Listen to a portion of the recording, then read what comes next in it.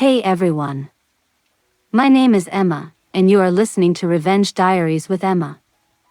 Today we have a story that proves something most people learn too late. The person laughing at you today might be begging for mercy tomorrow. You know what's funny? Not funny haha, but funny in that dark, ironic way. We live in a world where people think cruelty has no consequences. They throw stones, laugh at the splash, and walk away convinced they're untouchable. But here's the thing about water, it remembers. Every ripple, every disturbance, every careless act leaves a mark. And sometimes, just sometimes, those ripples turn into waves. Think about it. In the age of ancient Rome, they had a saying, Aquila non capit muscas, the eagle does not catch flies. It meant that powerful people shouldn't concern themselves with small annoyances. But what they didn't account for was this: enough flies can take down an eagle. Patience, planning, and persistence can topple empires. Today's story is about someone who understood that better than anyone. So, before you get comfortable, take a moment to like the video and subscribe, but only if you genuinely enjoy what I do here. And hey, I'm always curious. Drop a comment telling me where you're watching from and what time it is in your corner of the world. Are you listening during your morning commute? Late night when the house is finally quiet? Let me know. Now, dim the lights, maybe turn on a fan for that soft background hum, and let's ease into today's journey together. The conference room smelled like burnt coffee and expensive perfume. 23 people sat around a table that cost more than most people's cars, and every single one of them was staring. Not the good kind of staring, either. Not the, wow, brilliant idea, kind. More like the, did she really just say that, kind. The kind that makes your skin prickle and your throat close up. She stood at the front of the room, laptop open, presentation glowing on the screen behind her. 3 weeks of work distilled into 15 slides. Market analysis. Consumer behavior patterns. A strategy that could save the company hundreds of thousands in the next quarter alone. Her hands trembled slightly as she clicked to the next slide, and she hated herself for it. Confidence was currency here, and she was already bankrupt. So, as you can see, she continued, her voice steadier than she felt. If we redirect our Q3 marketing budget toward these demographic segments, we're looking at a potential 23% increase in engagement and... The laugh cut through her words like a knife through warm butter. It wasn't even a polite laugh. Not the kind you hide behind your hand or disguise as a cough. It was full-throated, deliberate, designed to be heard. Designed to humiliate. She looked up, already knowing who it would be. Melissa Sterling sat 3 seats down from the head of the table, her perfectly highlighted hair catching the fluorescent light just so. She wasn't even trying to hide it. Her head was tilted back, one hand pressed against her collarbone in that theatrical way some people have, like she'd just heard the funniest joke of her entire life. "I'm sorry," Melissa said, though her tone suggested she was anything but. "I'm sorry, another laugh bubbled up. "Did you actually just suggest we abandon our established market base to chase after a demographic that historically has the lowest conversion rates in our industry?" The room shifted. You could feel it, that subtle redistribution of power that happens when a group senses weakness. A few people glanced down at their phones. Others suddenly found their notepads fascinating. The marketing director, who'd been nodding along moments before, now sat back in his chair with crossed arms.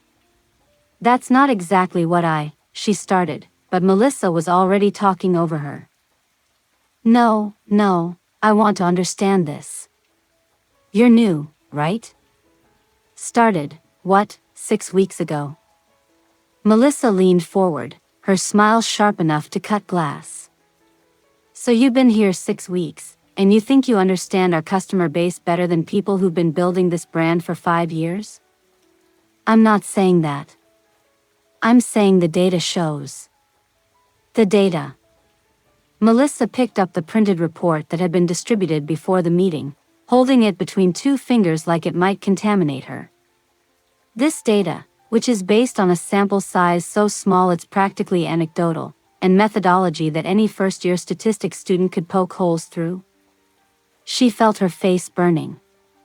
The worst part was that Melissa was wrong. The methodology was sound. The sample size was industry standard. But nobody was going to check. Nobody was going to care. Because Melissa Sterling was golden. Melissa Sterling closed deals. Melissa Sterling had won the company's Top Performer Award 3 years running. When Melissa Sterling spoke, people listened. When she spoke, people laughed. I think maybe, the marketing director said, his voice carefully neutral, we should table this for now. Circle back when we've had more time to review the data. Which was corporate speak for, we're never discussing this again. She gathered her things with as much dignity as she could manage, which wasn't much. The laptop went into her bag. The notes. The printed reports that nobody had really looked at. She could feel 23 pairs of eyes on her as she walked to the door. Could feel Melissa's satisfied smirk burning into her back. The hallway was blessedly empty. She made it to the bathroom, into a stall, before the tears came. Angry tears. Frustrated tears. The kind that make you hate yourself even more because crying at work is basically admitting defeat. 10 minutes later, she stood at the sink, splashing cold water on her face, when another woman walked in.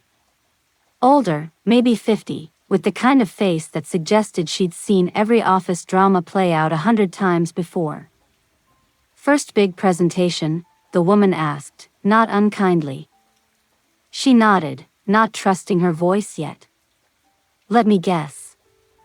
Melissa Sterling? That startled a laugh out of her. Bitter, but still a laugh. That obvious?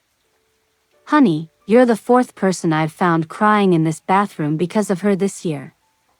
And we're only in June.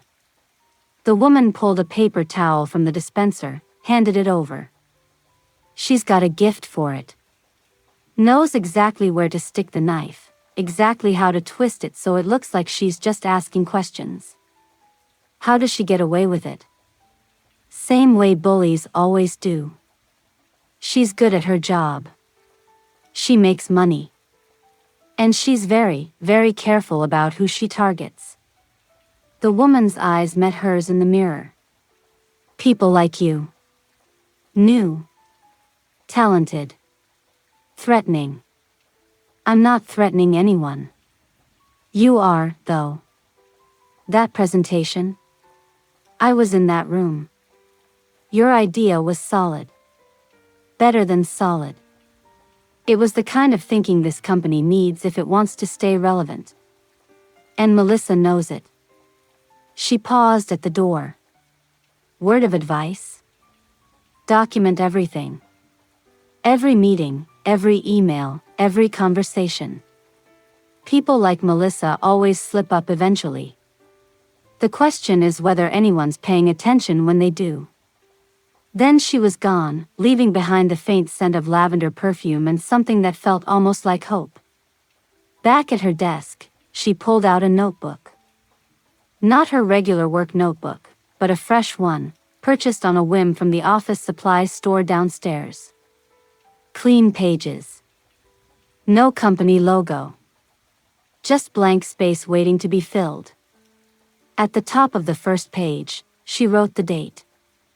Then, in careful handwriting, Conference Room B, Q3 Marketing Presentation. Melissa Sterling.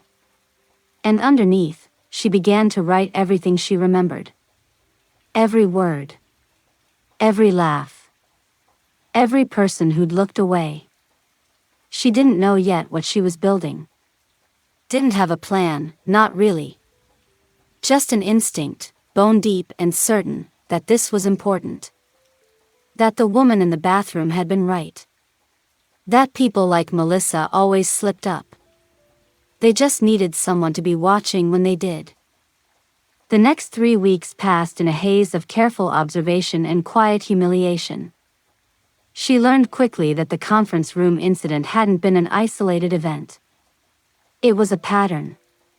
Melissa's pattern. And once you knew to look for it, you saw it everywhere. Monday morning meetings became a particular theater of cruelty. The team would gather in the glass-walled conference room on the 14th floor, coffee cups in hand, laptops open, and Melissa would hold court. She had this way of asking questions that weren't really questions at all. "I'm just trying to understand your thinking here," always meant, "You're an idiot, and I'm about to prove it. Can you walk me through your process?" Translated to, "Let me find the holes in your logic while everyone watches." And the thing was, Melissa was smart. Genuinely, frustratingly smart. She could spot a weak argument from across the room. Could identify the one number in a spreadsheet that didn't quite add up.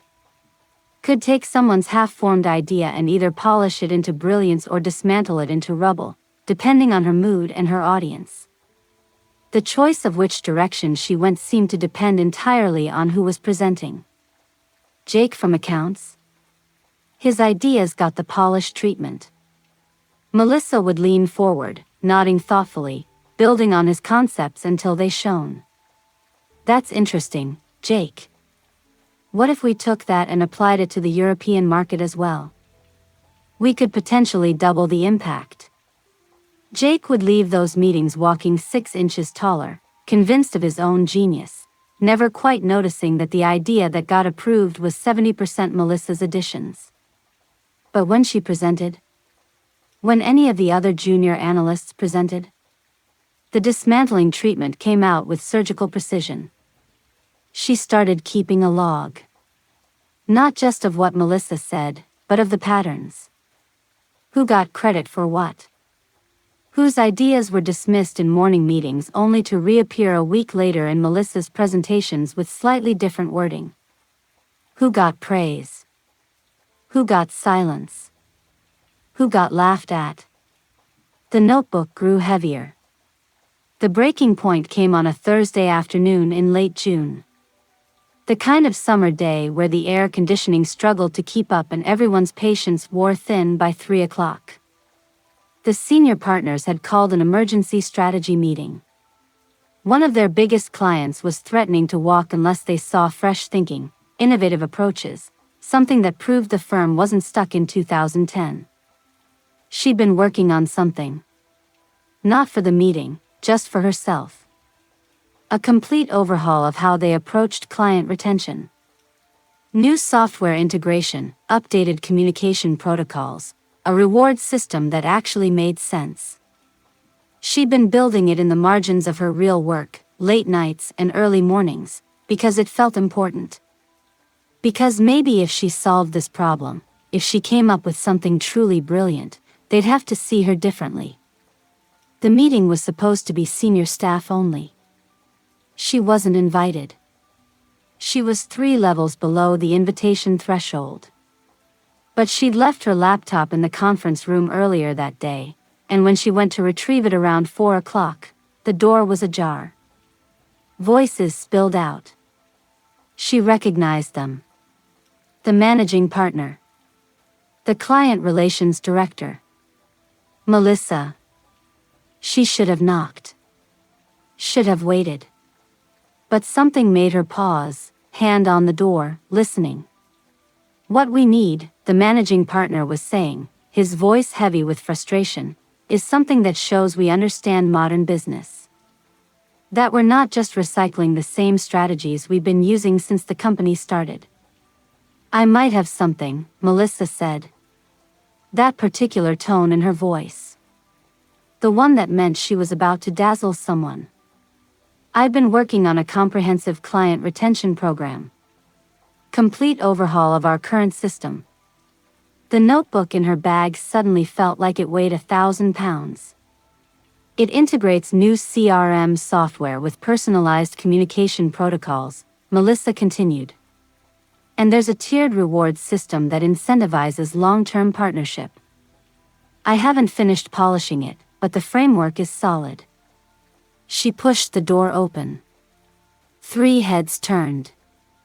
The managing partner looked mildly annoyed at the interruption. The client relations director looked confused. Melissa looked, for just a fraction of a second, Melissa looked worried. Then the professional mask snapped back into place. "Sorry," she said, keeping her voice level.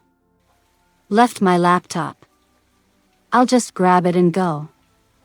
"Actually," the managing partner said, "since you're here. You're in junior analysis, right? What's your take on client retention?" Fresh eyes, fresh perspective.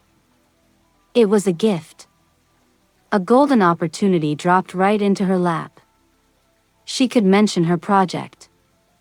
Could explain that she'd been working on exactly what they needed. Could prove that she wasn't just the girl who'd bombed a presentation in June. But she looked at Melissa.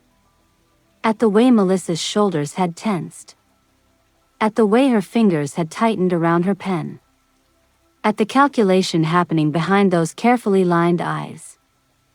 If she spoke up now, Melissa would destroy her. Would dismiss the work as incomplete, unpolished, naive. Would point out that a junior analyst had no business working on senior-level strategy.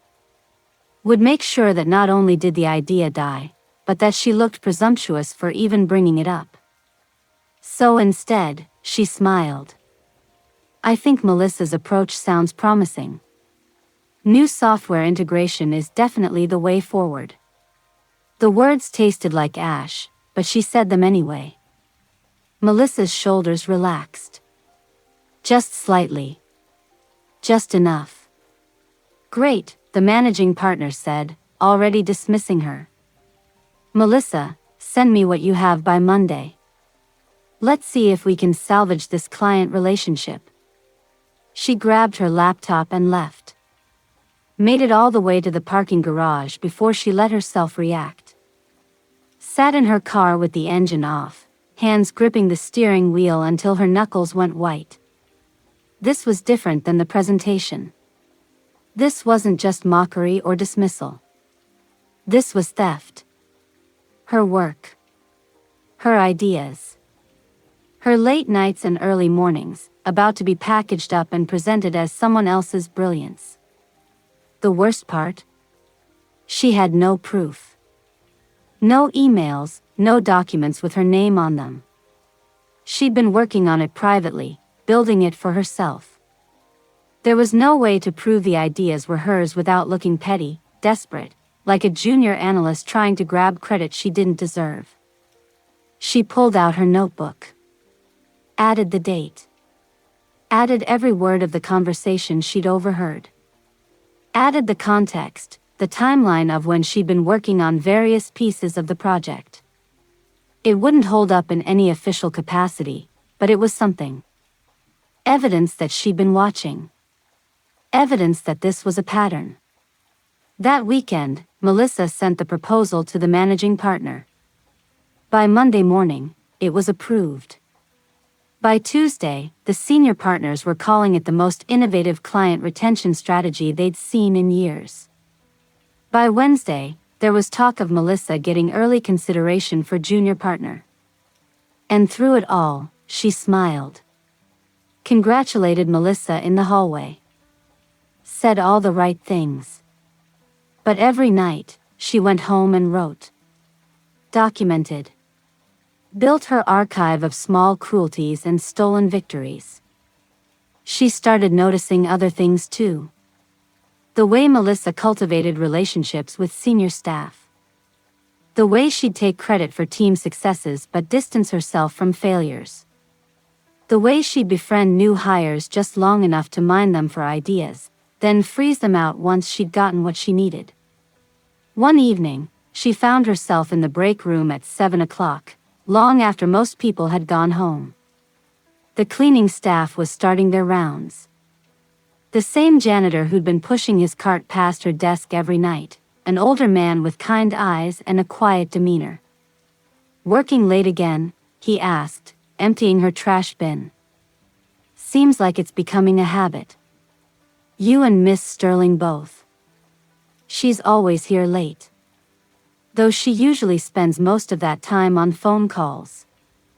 He paused, then added carefully, loud phone calls. About other people. She looked up, really looked at him. He met her gaze steadily. You hear things, he said simply.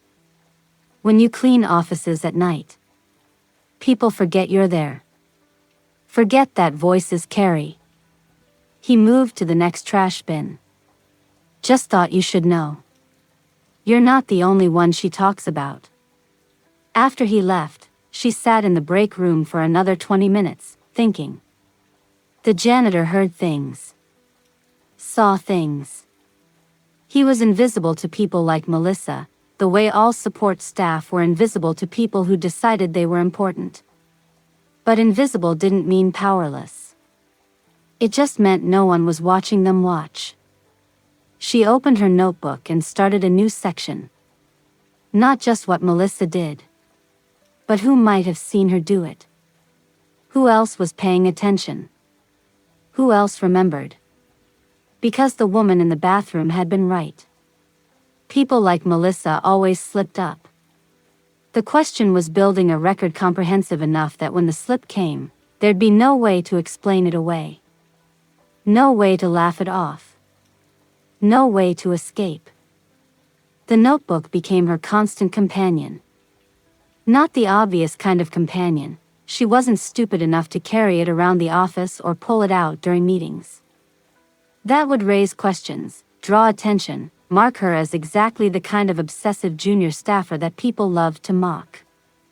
No, the notebook lived in her bag during work hours, silent and waiting. But the moment she got home, before she even kicked off her shoes or poured a glass of wine, she'd sit at her kitchen table and write. Everything went in. Dates, times, direct quotes when she could remember them. The context of conversations. Who was present? Who stayed silent? The exact wording of emails. Screenshots of Slack messages, printed and taped to pages with careful annotations. She developed a system. Color-coded tabs marked different categories of behavior. Blue for idea theft. Red for public humiliation. Green for favoritism and unfair credit distribution. Yellow for lies, the small ones that seemed insignificant in the moment but painted a pattern over time. By mid-July, she had 43 pages of documentation. By August, nearly 70. The project she developed, the client retention system that Melissa had claimed, had been a massive success. The client stayed. 3 other clients signed extended contracts based on the new approach. Melissa got a feature in the company newsletter. Got invited to present at the industry conference in September. Got a bonus that represented more money than she herself made in 3 months. She smiled through all of it. Congratulated Melissa. Even helped prepare some of the presentation materials for the conference, because that's what good junior analysts did. They supported their team. They were grateful for the opportunity to learn from successful colleagues. But every instance of praise Melissa received, she documented. Every meeting where Melissa presented her ideas, she noted. And slowly, carefully, she began to notice something else. She wasn't the only victim. Melissa was an equal opportunity thief. She took from anyone she perceived as less powerful, less connected, less able to fight back. There was David in IT, whose security protocol suggestions kept appearing in Melissa's efficiency reports with no attribution. There was Jennifer from the design team, whose visual branding concepts had been absorbed into Melissa's client presentations without acknowledgement. There was Marcus in research, whose market analysis regularly formed the backbone of Melissa's strategy recommendations, though his name never appeared in the final documents. She started paying attention to these people. started noticing the same defeated slump in their shoulders, the same careful distance they kept from Melissa in group settings. They'd all learned the same lesson she had: speaking up was pointless. Melissa was untouchable. Protected by results, by senior relationships, by the simple fact that she was very good at making herself indispensable while making others feel disposable.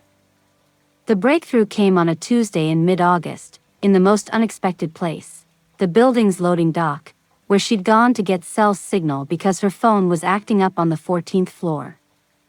She found the janitor there, sitting on a concrete barrier during his break, eating a sandwich from a brown paper bag. She'd learned his name was Robert. 62 years old. 27 years with the cleaning company that serviced their building. He'd seen companies rise and fall, had watched thousands of employees come and go, had been present for more office drama than most people could imagine. "Mind if I join you?" she asked. He gestured to the space beside him. They sat in silence for a moment, watching delivery trucks navigate the narrow access road. "You're still staying late most nights," Robert said eventually. "Still working on something." "Something like that. Must be important." She considered her next words carefully. "Can I ask you something? You mentioned once that you hear things. That you notice things people don't think anyone notices." Robert took a bite of his sandwich, chewed thoughtfully. 40-hour weeks for 27 years. That's a lot of time to notice things. Have you ever? She paused, trying to find the right words.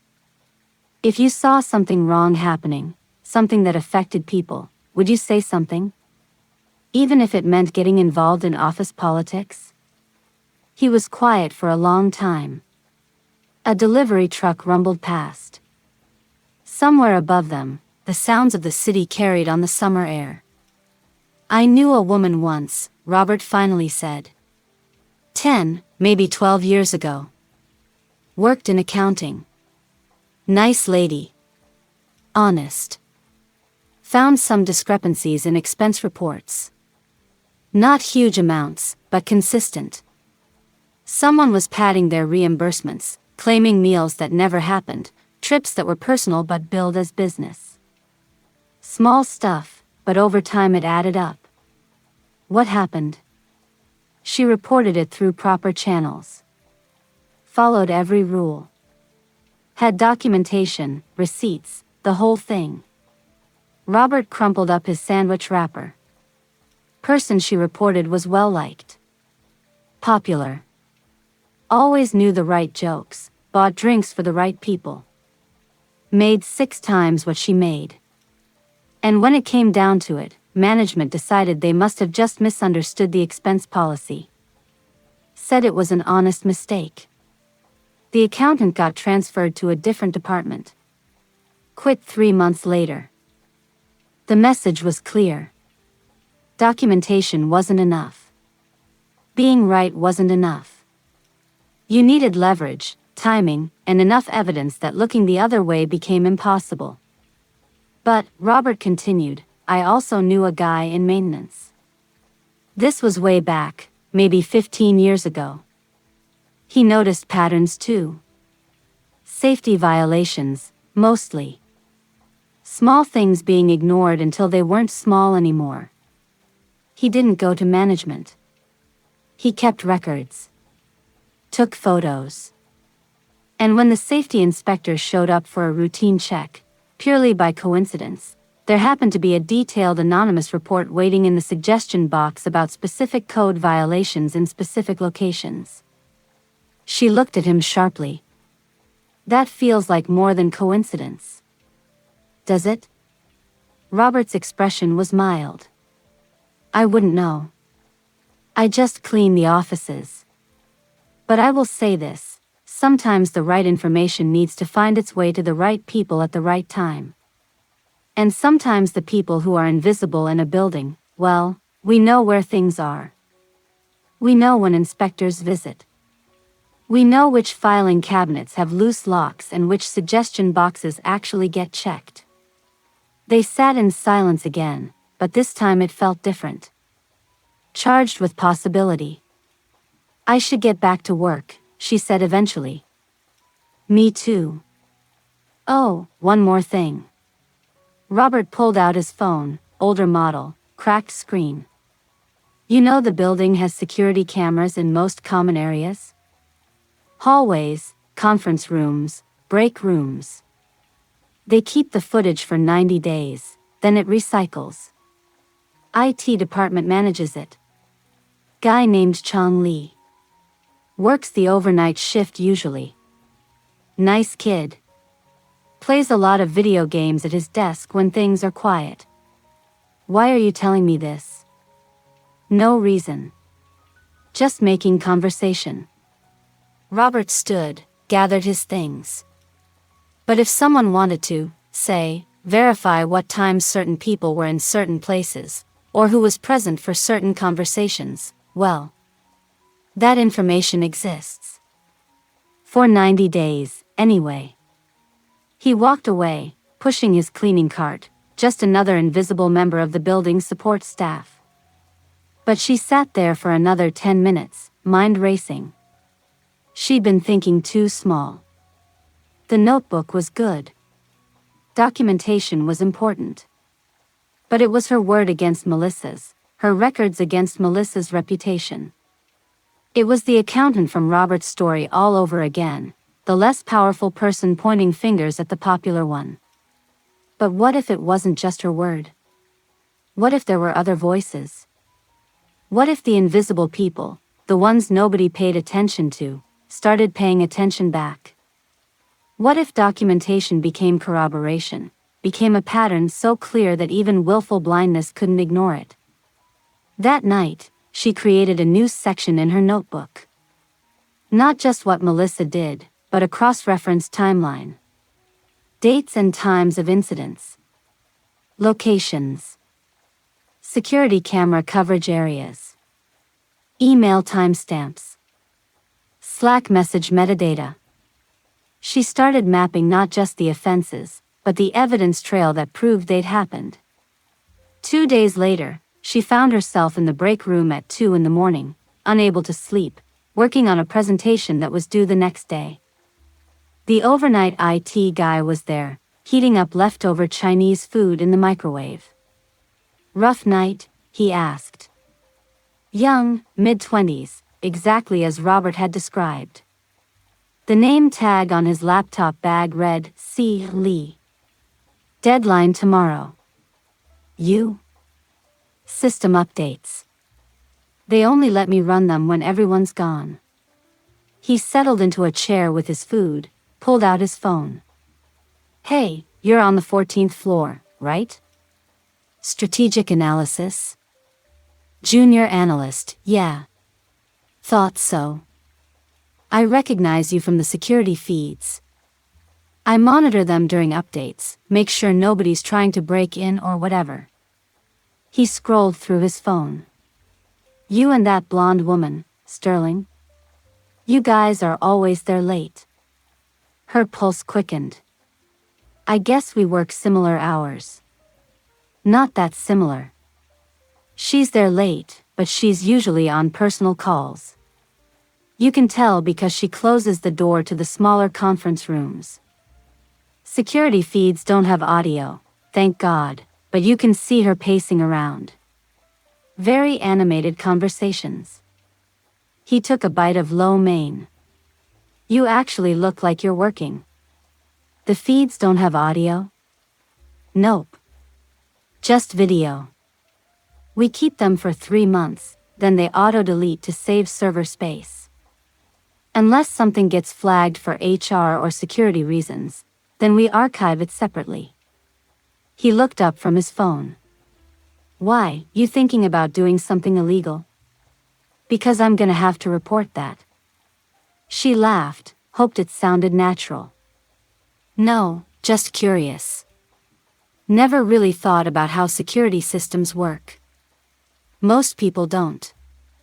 They forget the cameras are even there after a while. He went back to his food, to his phone, to his overnight shift of system updates and monitoring feeds. But she sat there, coffee growing cold in her hands, thinking about 3 months of footage. Thinking about Melissa's late-night phone calls in empty conference rooms. Thinking about timestamps in email metadata and the beautiful, damning nature of digital evidence. She was still thinking small, she realized. Still thinking like someone who needed to prove she'd been wronged. But that wasn't the play here.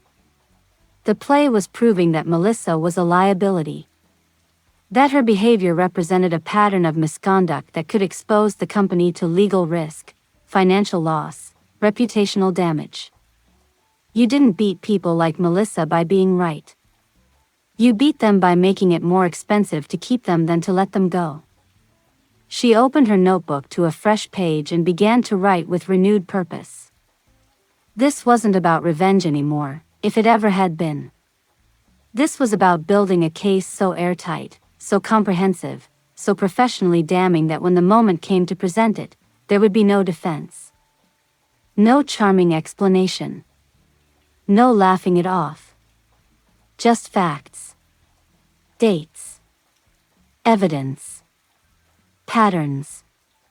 And the quiet satisfaction of knowing that every time Melissa had dismissed her, every time she'd stolen credit or mocked someone's work or abused her position, someone had been taking notes. Very detailed notes. September brought cooler air and the kind of corporate energy that always accompanied the final quarter push. Everyone was focused on year-end targets, bonuses, performance reviews. The office hummed with competitive tension, people jockeying for position, making sure their accomplishments were visible to the right eyes. Melissa was thriving. The industry conference presentation had been a triumph, apparently. She'd come back with business cards from executives at competing firms, 2 potential client leads, and an interview request from a trade magazine. The senior partners were talking about her trajectory, using words like leadership potential and future of the firm. Meanwhile, she kept her head down and her notebook current. 70 pages had become 90. 90 had become 112. The documentation was meticulous now, almost obsessive. But obsession, she'd learned, was just another word for thoroughness when you were building something that mattered.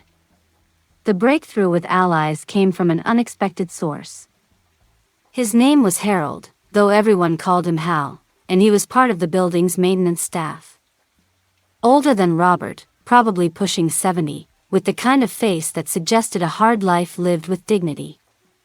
He fixed things: broken printers, jammed copiers, temperamental HVAC units.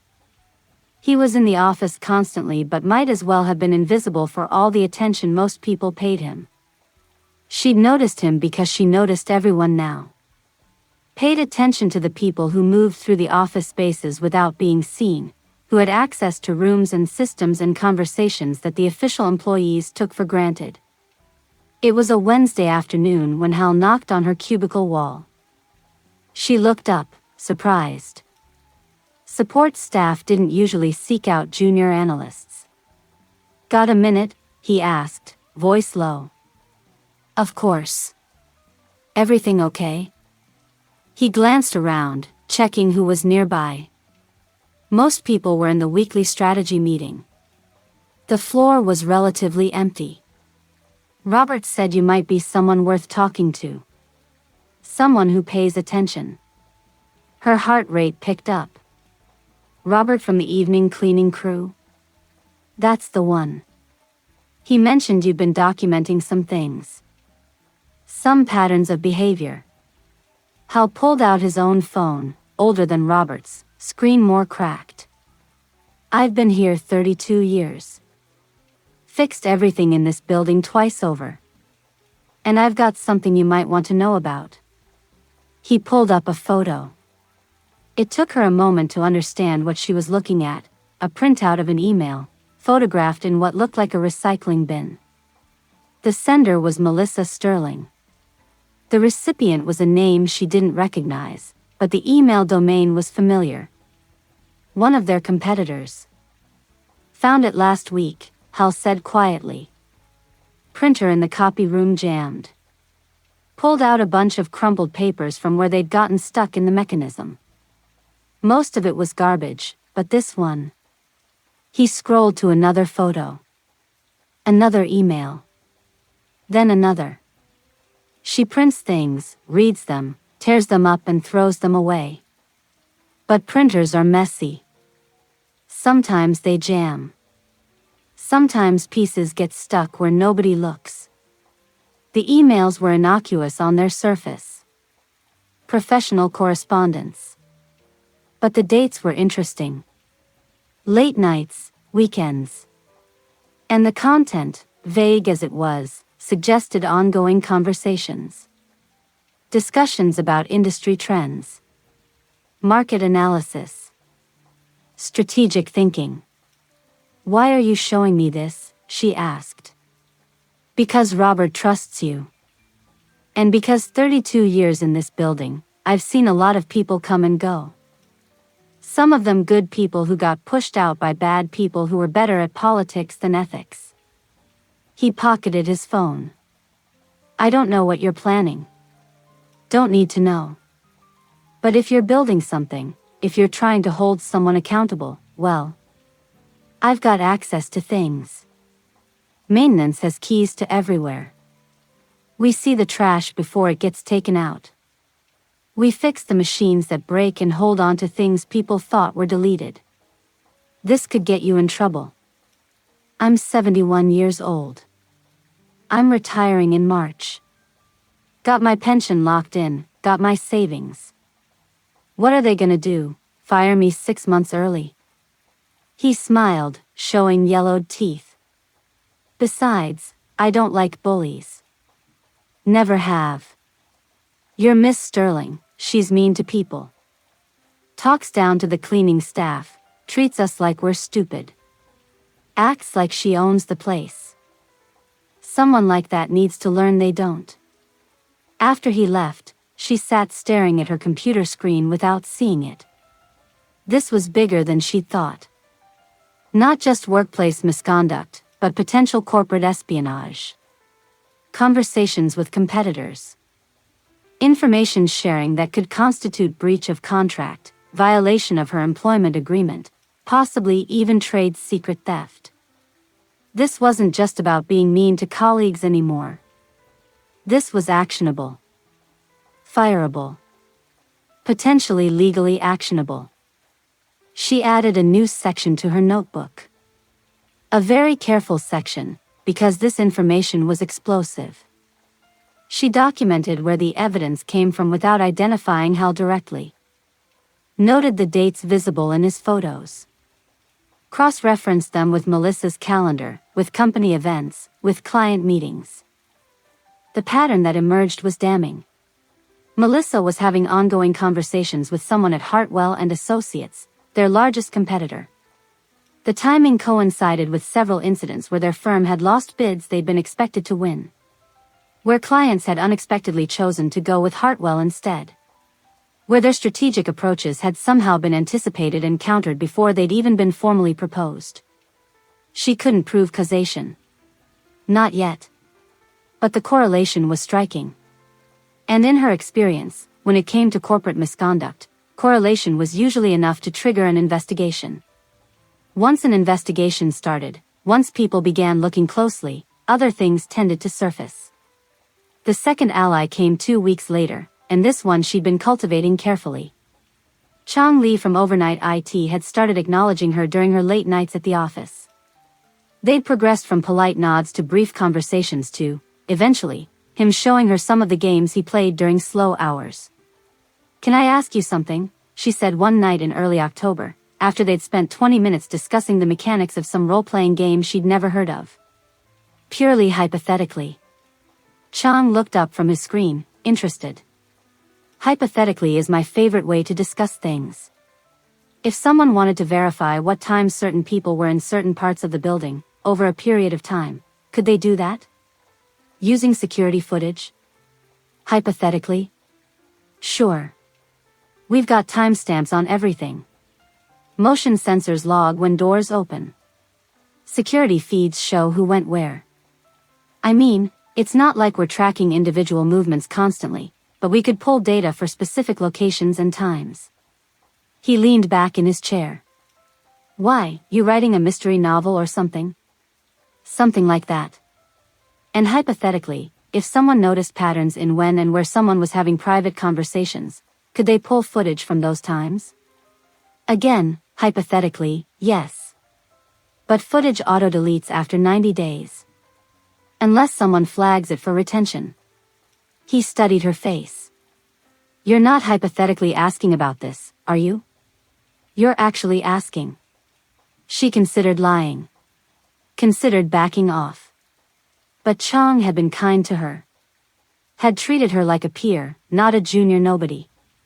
And Robert trusted him.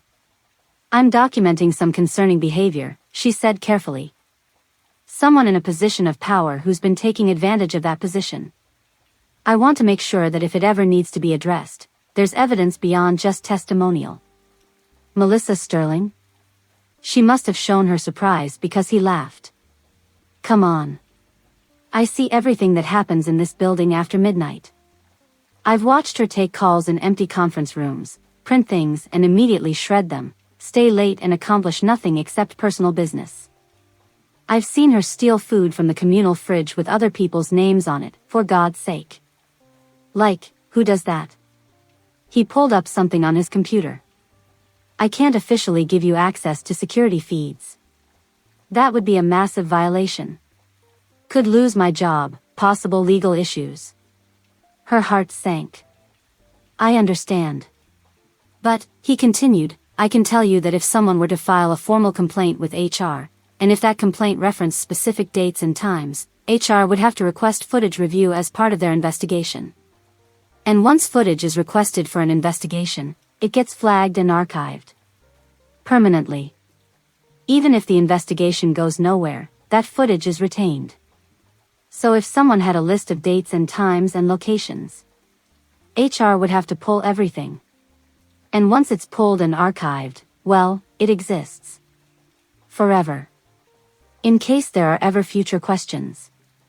He met her eyes. Hypothetically. She went home that night and created a new document.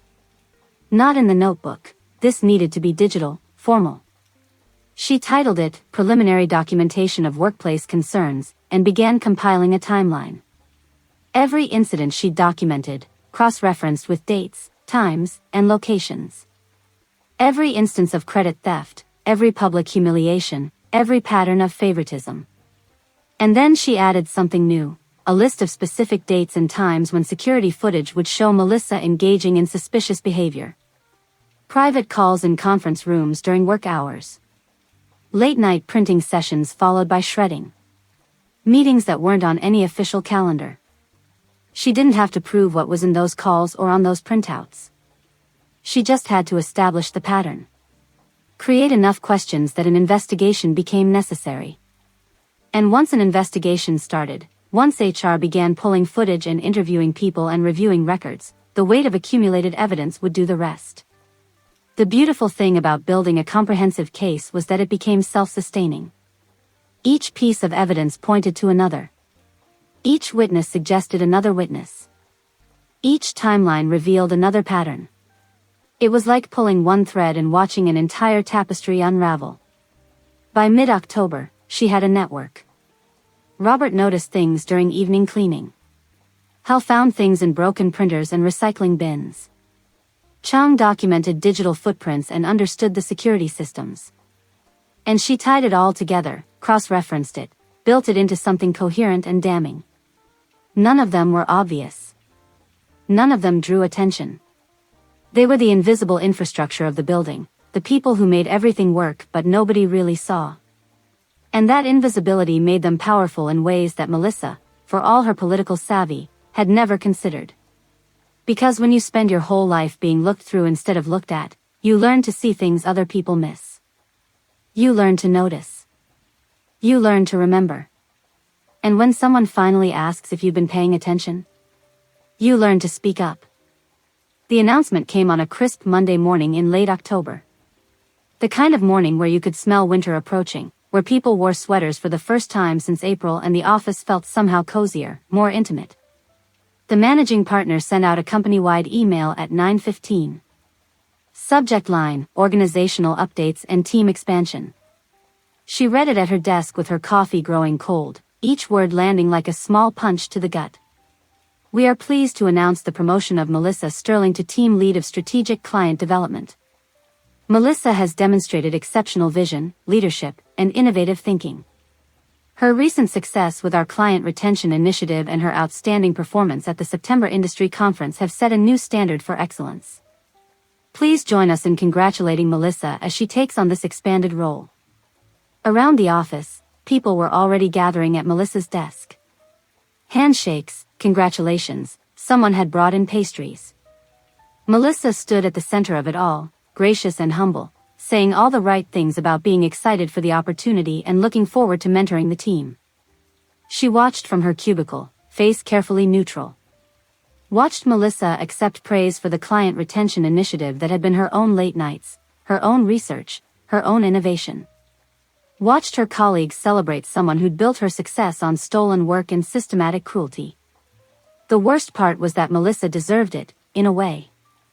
Not morally, not ethically, but practically. She was good at her job. The parts that were actually hers were genuinely excellent.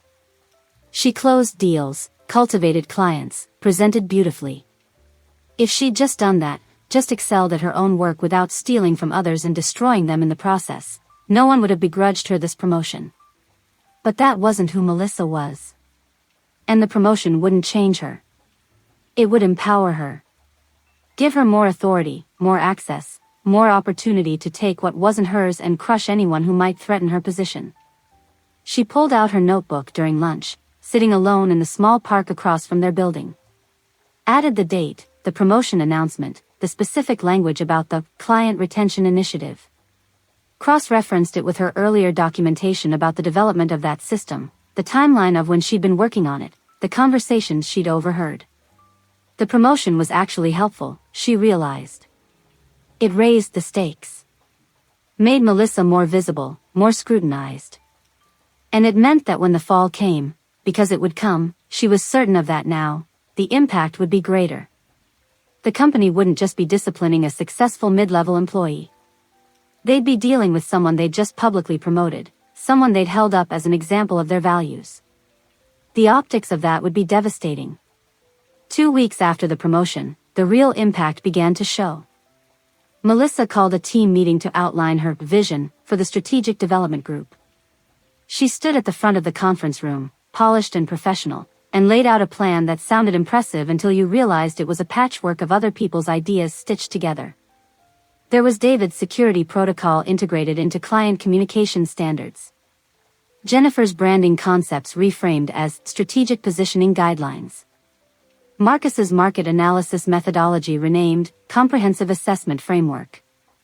And threaded through all of it, barely disguised, were elements of other proposals that had been shot down in meetings, dismissed as impractical or naive, only to resurface now with Melissa's polish and presentation.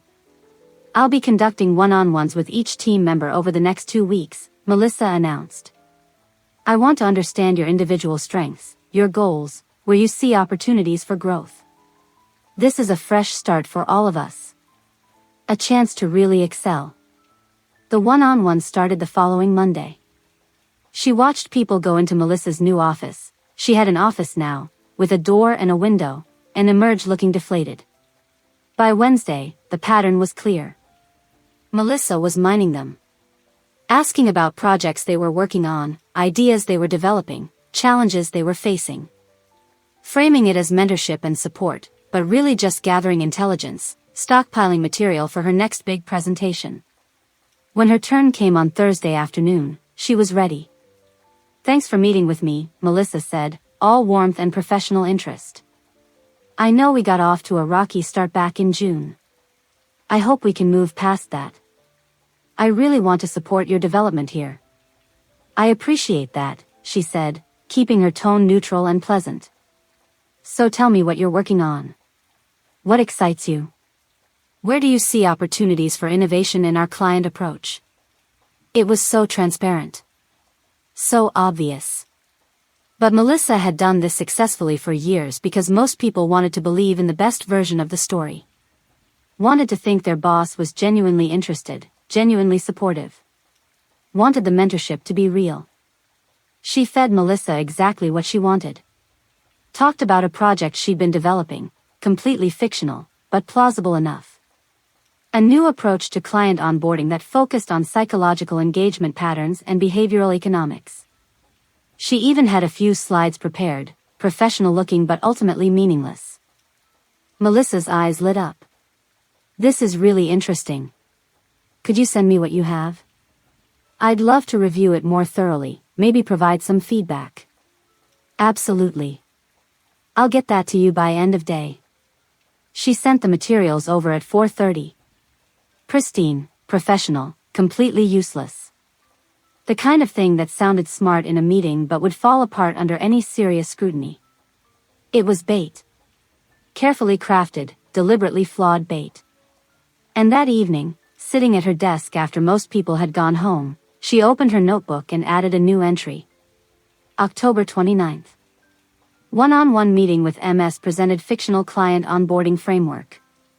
Sent materials at 4:32 p.m., email timestamped and saved. Prediction: materials will appear in upcoming presentation with minimal attribution. She didn't have to wait long. 2 weeks later, Melissa presented to the senior partners on innovative approaches to client engagement. And there, slides 7 through 12, was the behavioral economics framework. Polished, expanded, but fundamentally the same. Melissa mentioned, almost as an afterthought, that she'd been collaborating with the junior analysis team on new approaches. No names. No specific credit. Just vague acknowledgement that ideas had come from somewhere other than her own brilliant mind. The senior partners loved it. Approved a pilot program. Allocated budget for implementation.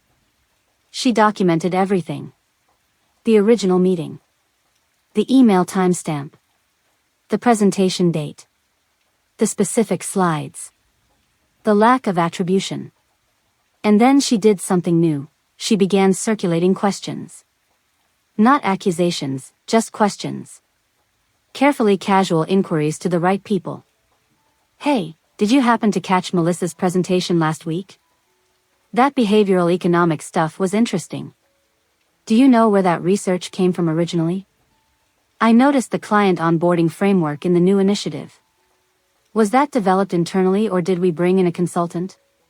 Small questions. Asked to people who paid attention, who might remember conversations, who kept their own records.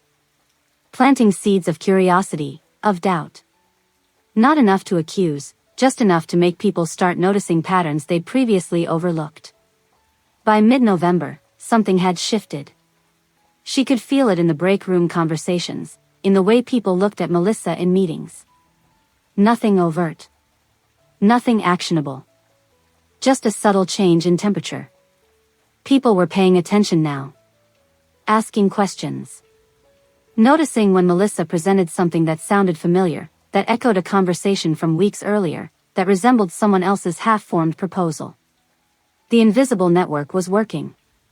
Robert mentioned to his supervisor that he'd noticed some irregular after-hours activities, nothing concerning but maybe worth mentioning to building security.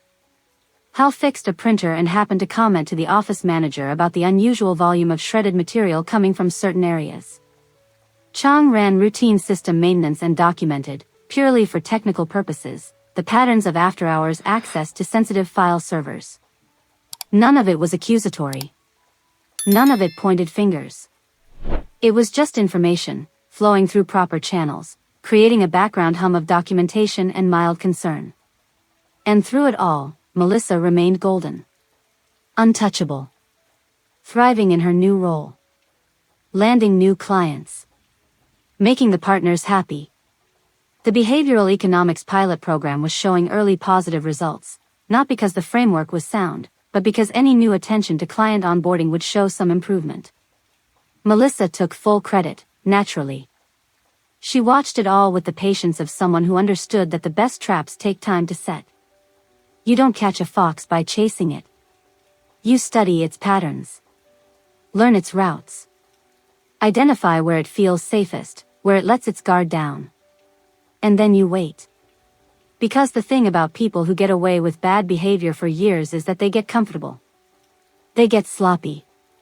They stop checking over their shoulders because they've learned that no one is watching. But someone was watching. Multiple someones, actually. An entire network of invisible people who'd learned to see what others missed, to remember what others forgot, to document what others ignored. And the notebook kept growing. 140 pages now. Then 150. Every theft, every humiliation, every pattern of misconduct carefully recorded. Cross-referenced. Time-stamped. Corroborated. Melissa Sterling had been laughing for years. Had built a career on other people's work and other people's pain. Had cultivated an image of brilliance while systematically destroying anyone who might reveal the truth. But the laughter was about to stop. The notes were almost complete. Winter arrived properly in December, turning the city gray and cold. The office took on that peculiar end-of-year energy where everyone was simultaneously exhausted and manic, trying to close deals before the holidays, finalize reports, secure bonuses. Performance reviews were scheduled for January, which meant December was all about making sure your accomplishments were visible and your failures were someone else's fault. Melissa was masterful at this particular dance. She'd positioned herself perfectly. Every team's success was her leadership. Every failure was someone else's execution problem. The behavioral economics pilot, which was showing mediocre results at best, was being spun as promising early indicators requiring additional refinement. The client she'd lost in November was reframed as incompatible with our strategic direction. The proposal that had been rejected was ahead of its time, laying groundwork for future opportunities. She watched and learned. This was the part she'd been missing, she realized. It wasn't enough to document bad behavior. You had to understand the ecosystem that enabled it. The corporate structures that rewarded presentation over substance. The power dynamics that protected certain people while leaving others vulnerable. The ways that success could be performed rather than achieved. And more importantly, you had to understand that the system itself didn't want to believe that someone like Melissa was corrupt. Because if Melissa was corrupt, what did that say about the judgment of everyone who'd promoted her? Praised her? Held her up as an example? No, the system would resist any revelation about Melissa. Would look for ways to explain it away, minimize it, contain it. Which meant the evidence had to be overwhelming. Not enough to raise questions. Enough to make denial impossible. She spent December transforming her documentation from a personal notebook into something more formal. Not the final report, not yet, but the architecture of it. She created digital spreadsheets, cross-referencing incidents by date, type, witness, and evidence. She built timelines that showed patterns over months and years. She compiled a list of everyone Melissa had taken from, hurt, or manipulated, with specific examples and dates. The scope was staggering. In 3.5 years at the firm, Melissa had systematically stolen credit from at least 17 different people. Had publicly humiliated 12. Had violated company policy regarding expenses, data handling, and client communication at least 34 documented times. Had potentially engaged in corporate espionage or competitive intelligence sharing on 7 occasions. Any single incident could be explained away. A misunderstanding. A miscommunication. Different perspectives on who contributed what. But 34 incidents? 17 victims? 7 potential breaches of contract or trade secret protections? That was a pattern. That was liability. That was the kind of thing that kept corporate lawyers awake at night. But she wasn't ready yet. The evidence was comprehensive, but the timing was wrong. You didn't drop a bomb during the holidays when everyone was distracted. You didn't make accusations during performance review season when people were defensive and territorial. You waited for the right moment. The moment when maximum attention would be paid, when the stakes were highest, when the consequences would be most severe. Besides, she needed one more thing. She needed Melissa to overreach. To get so comfortable, so confident in her invincibility, that she made a mistake too big to ignore. The opportunity came in January, during the annual strategic planning meeting. It was a 2-day off-site event at a conference center outside the city, where the senior staff and team leads gathered to set direction for the year. As team lead of strategic client development, Melissa was presenting on day 2. A major slot, high visibility, the kind of presentation that could cement her path to junior partner. She wasn't invited, obviously. Junior analysts didn't attend strategic planning. But she had sources now. Robert heard things from the catering staff. Chang had access to the conference center's meeting room AV systems. They used the same security company as the main office. And Hal had a cousin who worked in the facilities maintenance department. The information flow was subtle but steady. Melissa had been preparing for weeks. Had been asking team members for their input on various topics. Had been collecting data, reports, strategic thinking from anyone who'd provide it. She'd positioned it as collaborative leadership, building the presentation with team insights. But the reality, as always, was extraction. Melissa was building her presentation from other people's work, just like she always did. This time, though, she made a mistake. A beautiful, damning mistake. One of the people she'd approached for input was David from IT. David, whose security protocols had already been stolen once. David, who'd learned to be careful. David, who was also tired of watching Melissa take credit for other people's work. David had given Melissa exactly what she asked for, a comprehensive analysis of cybersecurity trends and their implications for client data handling. It was good work. Solid research, clear recommendations, professional presentation. He'd sent it to Melissa in early January with a polite email about, hoping this helps with your strategic planning presentation. What David hadn't told Melissa was that the document contained metadata. Buried in the digital file, invisible unless you knew to look for it, was authorship information, creation timestamps, revision history. Evidence of exactly who had written what and when. More importantly, David had marked the document as proprietary. Had included, on the final page in small print, a note, prepared by David Shen, IT Security Division, for internal strategic review. Please maintain attribution if incorporated into presentations or reports. It was a test. A trap.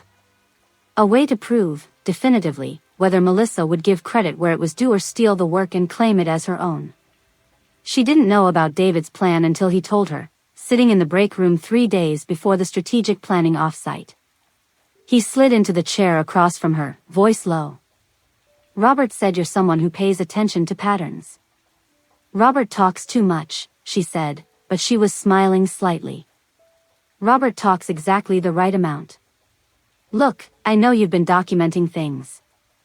I don't know what you're planning, but I did something that might help. He explained about the document, the metadata, the attribution request. If she uses my work without credit, that's provable theft. Digital evidence. Can't explain it away as a misunderstanding. You think she'll use it? I know she will. She asked 3 other people for input too. Jennifer from design sent her some client interface mockups. Marcus from research gave her market projection data. Same pattern as always, she's building her presentation from our work. Question is whether she'll give us credit. She already knew the answer. They both did. When will you know for sure? Presentation is Friday afternoon. I'll have access to the conference center's network. They contract with our IT department for tech support during corporate events. I can pull the actual presentation file from the server, check the metadata, see what got used and whether attribution was maintained. He met her eyes. And if it's what we think it is, I'm willing to document it officially. File a formal complaint. I'm tired of this. Tired of watching her steal from people and get rewarded for it. 2 other people approached her that week with similar stories. Jennifer from design, confirming she'd sent materials to Melissa. Marcus from research, explaining he'd included specific citation requirements with his data. They weren't coordinating, exactly. More like they'd all independently reached the same conclusion: enough was enough. The invisible network was becoming visible. Or at least, visible to each other. People who'd been suffering Melissa's behavior in isolation were starting to recognize fellow victims, starting to compare notes, starting to realize they weren't alone. By Thursday evening, she had confirmation from Chang that the strategic planning presentation files were uploading to the conference center's server. By Friday morning, she had a text from David: "It's worse than we thought." She met him in the parking garage during lunch. He pulled up the presentation on his tablet, showing her slide by slide. Melissa had used David's security analysis almost verbatim: 12 slides, maybe 3 paragraphs of transition material added, 0 attribution. Jennifer's interface mockups appeared as proposed client engagement tools, with no design credit. Marcus's market projections formed the backbone of the strategic outlook section, presented as Melissa's research and analysis. But the worst part, the part that made David's hands shake slightly as he scrolled through, was slide 37. A comprehensive strategic framework that looked familiar because she'd seen it before. In her own notes. In her own research from 8 months ago, before Melissa had stolen and rebranded it as the Client Retention Initiative. Melissa had actually gone back to that stolen work, expanded it, and was presenting it again as new strategic thinking for the coming year. "She's not even trying to hide it anymore," David said. "She's gotten so comfortable stealing that she's recycling her own thefts." "Do you have all the metadata? The original files with timestamps and authorship?" "Everything. Every file, every email, every piece of evidence showing who created what and when." He looked at her seriously. "What are you going to do with this?" "Build a case. A real one. Not just complaints or hurt feelings, but documented, provable, legally actionable misconduct." She took a breath. "But I need to know, if this goes official, if this becomes an HR investigation or legal matter, will you testify? Will you put your name on a formal complaint?" "Yes. It might get ugly. She'll fight back. She'll try to discredit anyone who speaks up. I don't care anymore. I'm good at my job. I can get another job if I need to. But I can't keep watching this happen." He closed his tablet. "Jennifer and Marcus feel the same way. We've talked about it. We're ready." That was the moment. The shift from documentation to action. From watching and waiting to actively building a case that could end Melissa's reign. She went home that night and opened a new document on her laptop. Not a continuation of her notebook, but something different. Something official. She titled it, "Formal Complaint, Pattern of Workplace Misconduct and Intellectual Property Theft." And then she began to write. Not emotionally. Not angrily. But with the cool, precise language of someone building a legal case. Every incident documented. Every witness identified. Every piece of evidence cataloged and cross-referenced. It took her until 3 in the morning. When she finally finished, she had a 23-page document that laid out 3.5 years of systematic misconduct with the kind of detail that would make any HR department's blood run cold. But she didn't file it. Not yet. Because the strategic planning presentation was today. And by this evening, Melissa would have stood in front of the entire senior leadership and presented other people's work as her own. Would have done it with confidence and polish, with no attribution, no acknowledgement, no credit given where it was due. And that presentation, that final act of theft performed in front of witnesses with documented evidence, would be the capstone of the case. The incident so blatant, so provable, so recent that no one could claim it was ancient history or faded memory. She saved the document. Backed it up in 3 separate locations. And waited for Monday. The trap was set. The evidence was compiled. The witnesses were ready. Now it was just a matter of watching it spring shut. Monday morning arrived with freezing rain, the kind that made the city treacherous and miserable. She arrived at the office early, as usual, but this time with a USB drive in her bag containing the complete documentation. 23 pages of formal complaint. 167 pages of supporting materials. Digital copies of emails, presentations, timestamps, metadata.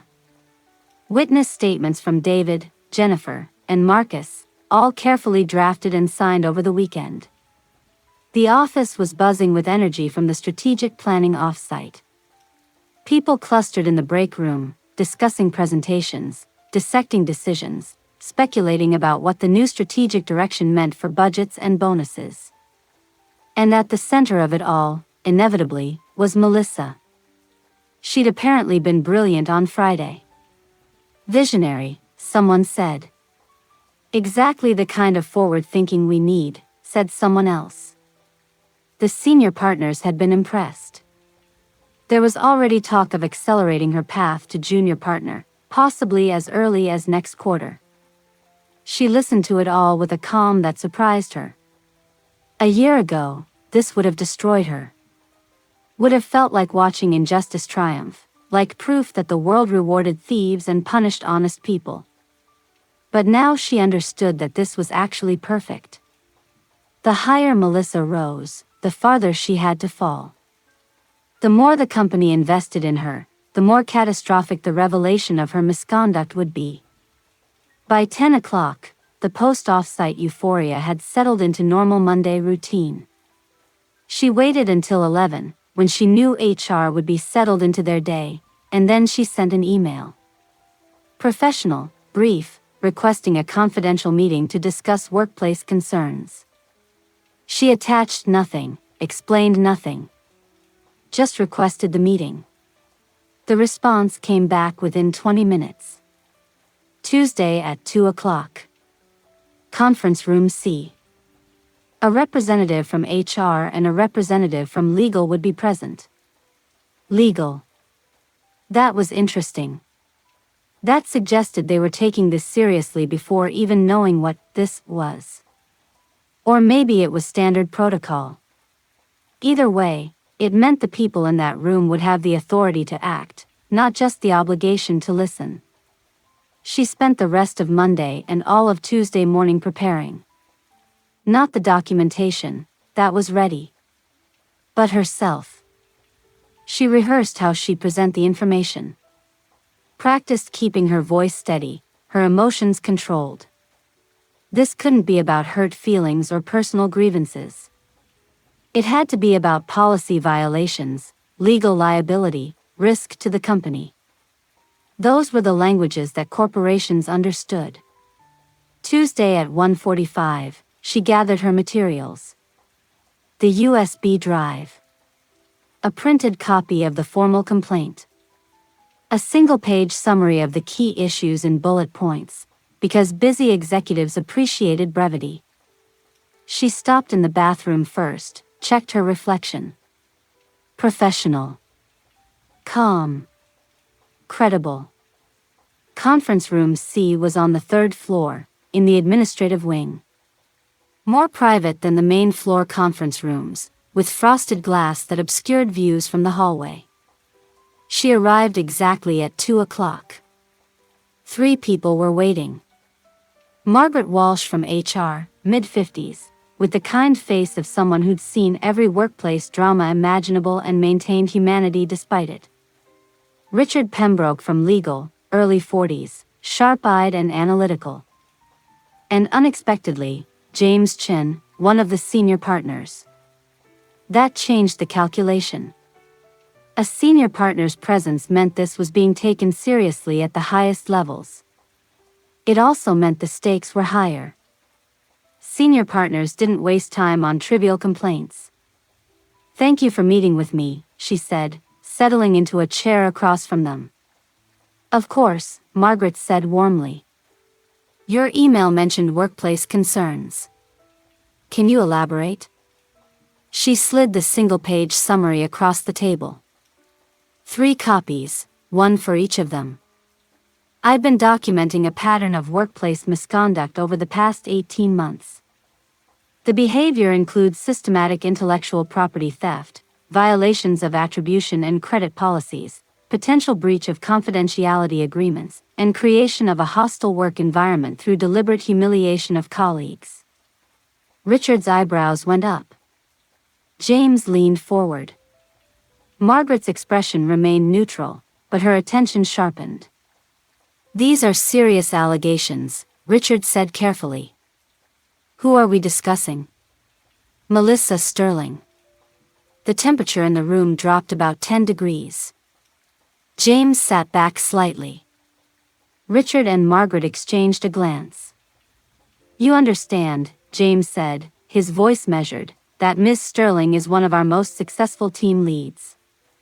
She just delivered an exceptional presentation at our strategic planning session. The partners are considering her for junior partner. I understand that. I also understand that the presentation she delivered on Friday contained material stolen from at least 3 different employees without attribution. I have documentation proving authorship, timestamps, and email correspondence showing deliberate intellectual property theft. She pulled out the USB drive, set it on the table. Then the printed formal complaint. Then the supplementary materials, organized with labeled tabs. I have 190 pages of documentation here. Dates, times, witnesses, digital evidence. I'm not making vague accusations. I'm presenting provable facts that represent significant legal and financial risk to the company. Margaret reached for the printed complaint, began scanning the first page. Richard picked up the summary sheet, reading carefully. James remained still, his expression unreadable. Walk us through the most recent incident, Richard said. The strategic planning presentation. You said you have proof? She opened the supplementary materials to the relevant tab. David Chen from IT submitted a comprehensive cybersecurity analysis to Ms. Sterling on January 8. The document included metadata showing his authorship and a clear request for attribution. Marcus Rivera from Research provided market projection data on January 10 with similar attribution requirements. Jennifer Park from Design submitted client interface mockups on January 12. She pulled out printed slides from Melissa's presentation, side by side with the original source materials. These slides from Friday's presentation contain David's analysis verbatim, with no credit. These slides use Marcus's data as the foundation with no acknowledgement. These mockups are Jennifer's work presented as strategic recommendations with no design credit. Richard was studying the documents carefully now. Margaret had moved on to the second page of the formal complaint, her expression growing more concerned. The metadata is preserved? Richard asked. Complete authorship information, creation timestamps, revision history. David can provide the original files with full technical documentation. All 3 employees have submitted signed statements confirming they provided materials to Ms. Sterling and received no attribution. Why would they give her their work? James asked. His tone wasn't hostile, just genuinely confused. Because she's their team lead now. She requested input for the strategic presentation, framed it as collaborative leadership. They provided materials in good faith, with clear expectations of attribution. Those expectations were ignored. Margaret looked up from the complaint. This document references incidents going back almost 4 years. Why are we only hearing about this now? This was the critical moment. The question that could make her look vindictive, like someone nursing grudges and waiting for revenge. She'd anticipated it, prepared for it. Because individual incidents could be explained as misunderstandings or different perspectives on collaboration. I needed to establish a pattern. Needed to document enough instances, with enough different victims, that the behavior was provably systematic rather than coincidental. She met Margaret's eyes. I also needed to ensure I had corroborating witnesses. People willing to come forward officially, not just share private grievances. That took time. You said there were other witnesses? Richard asked. 7 employees willing to provide formal statements about credit theft. 4 about public humiliation and hostile work environment. 3 about potential violations of confidentiality or competitive intelligence sharing. She paused.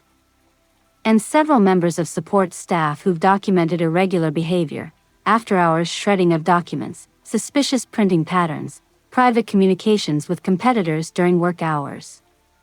Support staff? James looked skeptical. Building maintenance, evening cleaning crew, overnight IT. People with access to spaces and systems that employees often forget are monitored. She pulled out another section of documentation. Robert Hines from the evening cleaning staff documented finding partially destroyed documents in recycling bins. Correspondence with Hartwell and Associates, our primary competitor.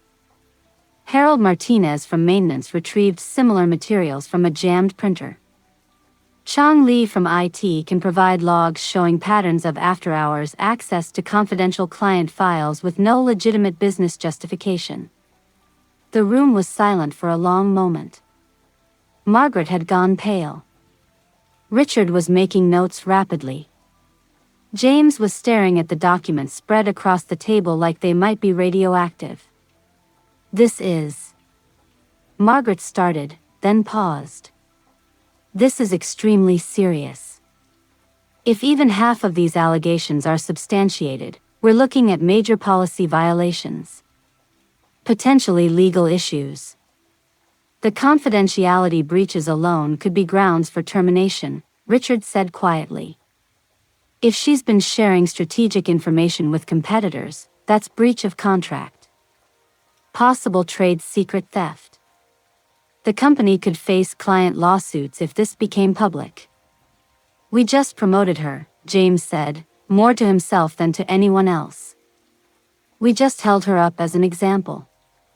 If this is true, Richard finished, we have a significant problem. And we need to investigate immediately before she has opportunity to destroy evidence or coordinate stories with others. Margaret looked at her. You understand that filing this complaint will trigger a formal investigation? That you may be interviewed multiple times, that your work will be scrutinized, that this will be disruptive? I understand. You also understand that if Ms. Sterling disputes these allegations, this could become contentious? That there may be professional consequences for you regardless of the investigation outcome? I understand that too. But I also understand that allowing this behavior to continue represents greater risk to the company and greater harm to my colleagues. Someone needed to document it comprehensively enough that action became necessary. James picked up one of the supplementary documents, scanned it. You've been extraordinarily thorough. I've been careful. I wanted to make sure that when I brought this forward, it was impossible to dismiss. Richard closed the folder he'd been reviewing. We'll need to retain these materials. We'll need to interview the witnesses you've listed. This investigation will need to be handled carefully. Ms. Sterling has powerful advocates among the partners. I'm aware. Are you prepared for this to potentially damage your career here? Margaret asked gently. Even if every allegation is proven true, coming forward against a popular colleague, it's difficult. She thought about that presentation in June, when Melissa had laughed. Thought about 18 months of documentation, of watching other people suffer the same treatment. Thought about David and Jennifer and Marcus, tired of being silent.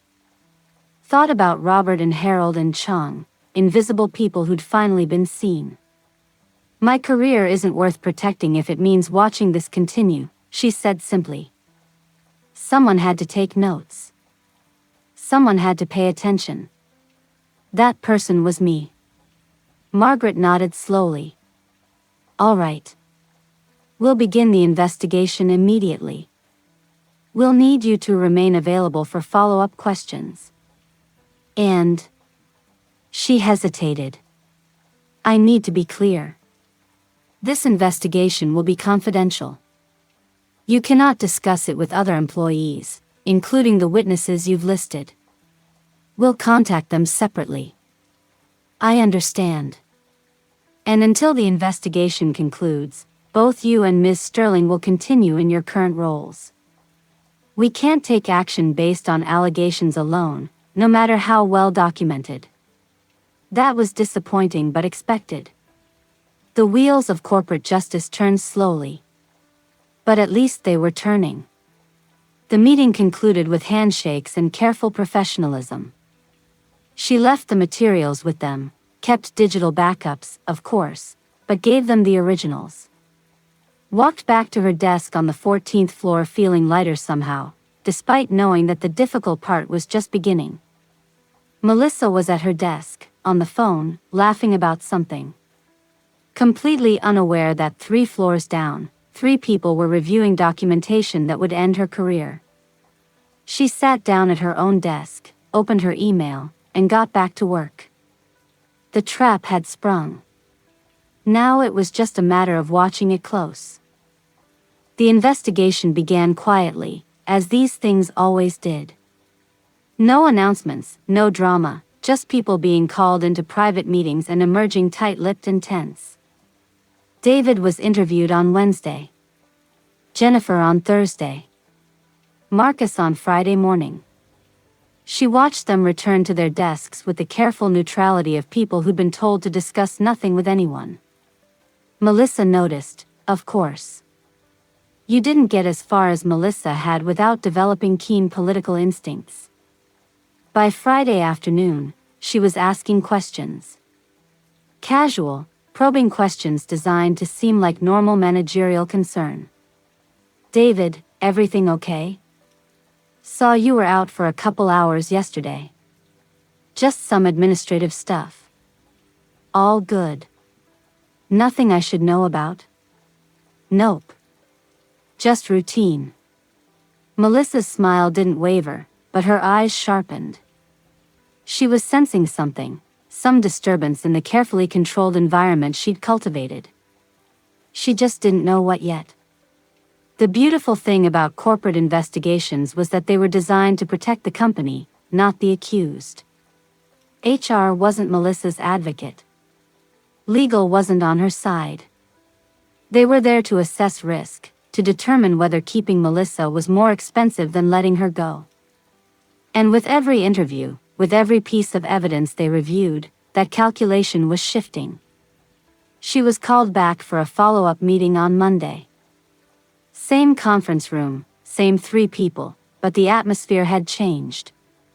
They'd spent the previous week reviewing her documentation, interviewing witnesses, pulling digital records. And what they'd found had clearly disturbed them.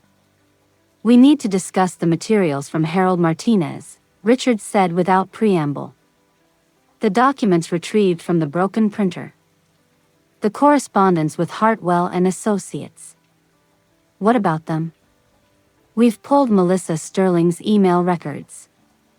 Company policy allows us to review work email during investigations of potential misconduct. He slid a printout across the table. We found ongoing correspondence with a James Hartwell, VP of Strategic Development at Hartwell and Associates. The relationship goes back 14 months. She scanned the emails. They were carefully worded, nothing explicitly incriminating. Just 2 industry professionals discussing market trends, sharing perspectives, networking. The kind of correspondence that happened all the time. Except for the timing. Notice the dates, Margaret said, pointing to specific emails. 3 days before we lost the Morrison account to Hartwell, Ms. Sterling sent an email discussing interesting challenges in the senior care market. Morrison's primary business is senior care facilities. 6 days before we lost the Peterson bid, She shared her thoughts on evolving expectations in municipal contracts. Peterson was a municipal contract. 2 weeks before the Sinclair account decided to switch to Hartwell, she mentioned being fascinated by recent developments in pharmaceutical distribution. Sinclair is a pharmaceutical distributor. Richard leaned forward. Any single email could be coincidence. But 12 emails over 14 months, each preceding a significant loss to Hartwell? Each touching on topics directly relevant to those specific clients? That's a pattern. Are you saying she was feeding them information? She asked, though she already knew the answer. We're saying it's suspicious enough to warrant deeper investigation. We've requested access to her personal email accounts. She's required to provide them as part of her employment agreement if there's reason to believe company information was shared through personal channels. He paused. She's refused. Claims it's an invasion of privacy. That was interesting. Refusing to cooperate with an investigation rarely looked good. There's more, Margaret said, pulling out another folder. We interviewed Robert Hines and Harold Martinez. Their accounts are troubling. Robert documented multiple instances of Ms. Sterling conducting private phone calls in empty conference rooms after hours. Harold provided photographs of shredded documents. We were able to reconstruct some of them. They appear to be client proposals marked confidential.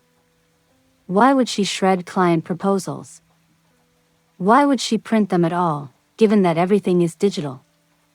Richard countered. Unless she needed physical copies to share with someone who couldn't access our systems. The walls were closing in on Melissa faster than she'd anticipated.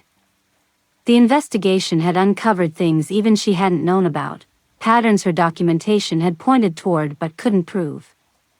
The company's resources, their access to email servers and security footage and digital forensics, had turned up evidence that no individual employee could have gathered. We've also reviewed the metadata from the strategic planning presentation, Margaret continued. David Chen's analysis was copied verbatim. Not paraphrased, not adapted, copied. Same with Marcus Rivera's projections and Jennifer Park's designs. From a policy standpoint, that's clear violation of our intellectual property and attribution standards. More concerningly, James Chen added, he'd been quiet until now. We've identified similar patterns in previous presentations and proposals. We pulled everything Ms. Sterling has submitted in the past 3 years. Ran analysis on writing style, compared it to other employees' work. There are significant inconsistencies suggesting that large portions of her output originated elsewhere. He looked tired. Disappointed. Like someone who'd believed in something and was watching it crumble. The partners are meeting tomorrow, he said. We'll present our preliminary findings and recommend next steps. Given the severity of what we've uncovered, those recommendations will likely include suspension pending completion of the investigation. How is she reacting? She asked. Margaret and Richard exchanged glances. Ms. Sterling has been combative, Margaret said carefully. She's denied any wrongdoing. Claims that collaboration and idea sharing are normal in any team environment. Says that her role as team lead involves synthesizing input from multiple sources, and that attribution in internal presentations isn't required. She's also, Richard added, started making counter-allegations. Suggesting that this investigation is motivated by jealousy from less successful colleagues. She's named you specifically. Claims you've held a grudge since your presentation was criticized last June. There it was. The expected defense. Paint the accusers as vindictive, jealous, incompetent. Make this about personal grievances rather than documented misconduct. Do you have concerns about my motivations? She asked directly. No, James said firmly. Your documentation is too comprehensive, too professional. This isn't someone nursing a grudge. This is someone who methodically built a case over 18 months because they recognized systematic problems. Your witnesses corroborate the patterns. The digital evidence supports your timeline. Personal feelings don't create metadata or email logs. But, Margaret added gently, you should be prepared for Ms. Sterling to make this personal. She's fighting for her career. She'll attack your credibility, your performance, your intentions. It may get ugly. I expected that. And you're prepared for it? She thought about that laugh in June. About months of careful documentation. About David and Jennifer and Marcus and all the others who'd suffered in silence. About Robert and Harold and Chang, invisible people who'd finally been asked what they'd seen. I'm prepared, she said. The partners met on Tuesday. She wasn't present, junior analysts weren't invited to partner meetings, but the energy in the office that day was electric with speculation. Something was happening. People could sense it, even if they didn't know what. At 3:15, Melissa was called into a meeting with the managing partner. She went in confident, emerged 30 minutes later pale and shaking. Walked straight to her office, closed the door. 10 minutes after that, Margaret Walsh and a building security guard arrived on the 14th floor. The guard waited outside Melissa's office.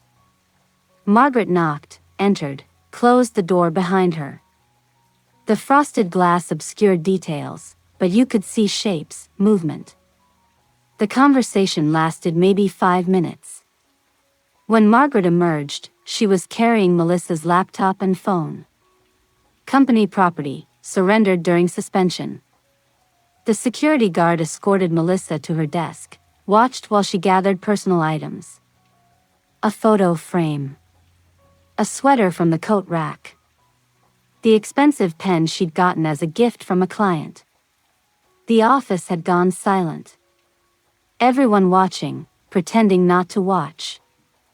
Melissa's face was a mask of controlled fury. She didn't look at anyone, didn't speak. Just gathered her things and walked to the elevator with the security guard 3 steps behind. The elevator doors closed. Melissa was gone. And the whispers started immediately. What happened? Why was security involved? Did she get fired? I heard there was an investigation. Investigation into what? She kept her head down, focused on her work. Let the speculation swirl around her. By end of day, 3 different people had asked her if she knew anything. She was on Melissa's team, after all. She pleaded ignorance. No idea. Hope everything's okay. But she did know. Knew that Melissa was suspended pending investigation. Knew that the evidence was being reviewed by external employment lawyers. Knew that the partners were considering whether to terminate immediately or negotiate a quiet resignation to avoid potential lawsuits. Knew that the empire Melissa had built on stolen work and systematic cruelty was crumbling. Wednesday brought an all-staff email from the managing partner. Brief, carefully worded, Melissa Sterling is on administrative leave while we review internal matters. Susan Rodriguez will serve as interim team lead for strategic client development. We appreciate your patience and professionalism during this transition. Administrative leave. Corporate speak for, suspended while we figure out how badly they've screwed up. Susan Rodriguez was competent, fair, had been passed over for promotion twice while less qualified people, like Melissa, had advanced. She called a team meeting Wednesday afternoon. No drama, no explanations. Just outlined how work would be distributed, who would handle which client relationships, expectations for the coming weeks. I know there are questions, Susan said at the end of the meeting. I can't answer them. What I can tell you is that you're all talented people who've been doing good work. Let's focus on that. On being excellent at what we do. On supporting each other. on making sure our clients get the best service possible. It was the first team meeting in months that didn't feel like a performance or a minefield. People actually contributed ideas without fear. Actually collaborated without wondering who'd get credit. The difference was stark. Over the next week, the investigation concluded its active phase. Final interviews were conducted. Digital forensics completed their analysis of Melissa's work computer and email accounts. External counsel reviewed the evidence and provided recommendations. She didn't know all the details, much of it remained confidential, but Robert mentioned that Melissa had been seen meeting with her own lawyer. Harold heard from someone in HR that the company was preparing termination documents. Chang noted that Melissa's building access had been revoked, her email account suspended. The invisible network continued to function, passing information through channels that the official hierarchy never noticed. By the end of January, it was over. Another email from the managing partner, even briefer than the first: Melissa Sterling's employment with the firm has been terminated effective immediately. We wish her well in her future endeavors. No explanation. No details. Just the corporate equivalent of, she's gone, move on. But everyone knew. The details had leaked despite confidentiality agreements, the way details always do. Word spread about stolen work, about credit theft, about the strategic planning presentation that had triggered the investigation. About emails with competitors and shredded documents and a pattern of misconduct spanning years. Melissa Sterling, golden child and rising star, had been fired for cause. No severance beyond what was legally required. No glowing references. No opportunity to resign quietly and save face. Just termination. And the professional death that came with it. She sat at her desk that afternoon, reading the email, and felt, not triumphant. Not vindicated. Just tired. And maybe a little bit relieved. Someone had taken notes. Someone had paid attention. Someone had built a case so comprehensive that justice, for once, had actually prevailed. The notebook sat in her bag, all 167 pages of it. She'd probably keep it. A reminder that patient documentation could topple empires. That invisible people could choose to be seen. That sometimes, the person laughing today would be silent tomorrow. Outside her window, the city continued its winter routine. Inside the office, people were already moving on, adjusting to the new normal, filling the space Melissa had left. And somewhere out there, Melissa Sterling was discovering that reputation, once destroyed, was nearly impossible to rebuild. The notes had done their work. February arrived with the kind of bitter cold that made you question why anyone had decided to build a city in this particular location. But inside the 14th floor, things had thawed considerably. Susan Rodriguez ran team meetings that felt collaborative rather than combative. People shared ideas without fear. Credit was given freely. The atmosphere was lighter, more productive, almost pleasant. But she wasn't naive enough to think it was over. Melissa Sterling might be gone from the building, but her influence lingered. There were still partners who'd championed her, who'd been embarrassed by the investigation's findings, who had professional reasons to minimize what had happened. There were colleagues who'd benefited from Melissa's patronage, who'd climbed by association and now worried about their own positions. And there was the simple reality that corporations hated admitting they'd been wrong about someone, especially someone they'd promoted so publicly. The counter-narrative began almost immediately. Quiet suggestions that maybe the investigation had been excessive. That perhaps ambitious people were being punished for normal competitive behavior. That the complaints had been exaggerated by jealous colleagues who couldn't handle Melissa's success. She heard it in the break room. I mean, don't get me wrong, what she did was wrong, but fired? Seems harsh. She heard it in elevator conversations. Everyone takes credit for teamwork. That's just how management works. She heard it in happy hour speculation. I think some people just couldn't handle that she was better at the politics than they were. The rewriting of history happened fast.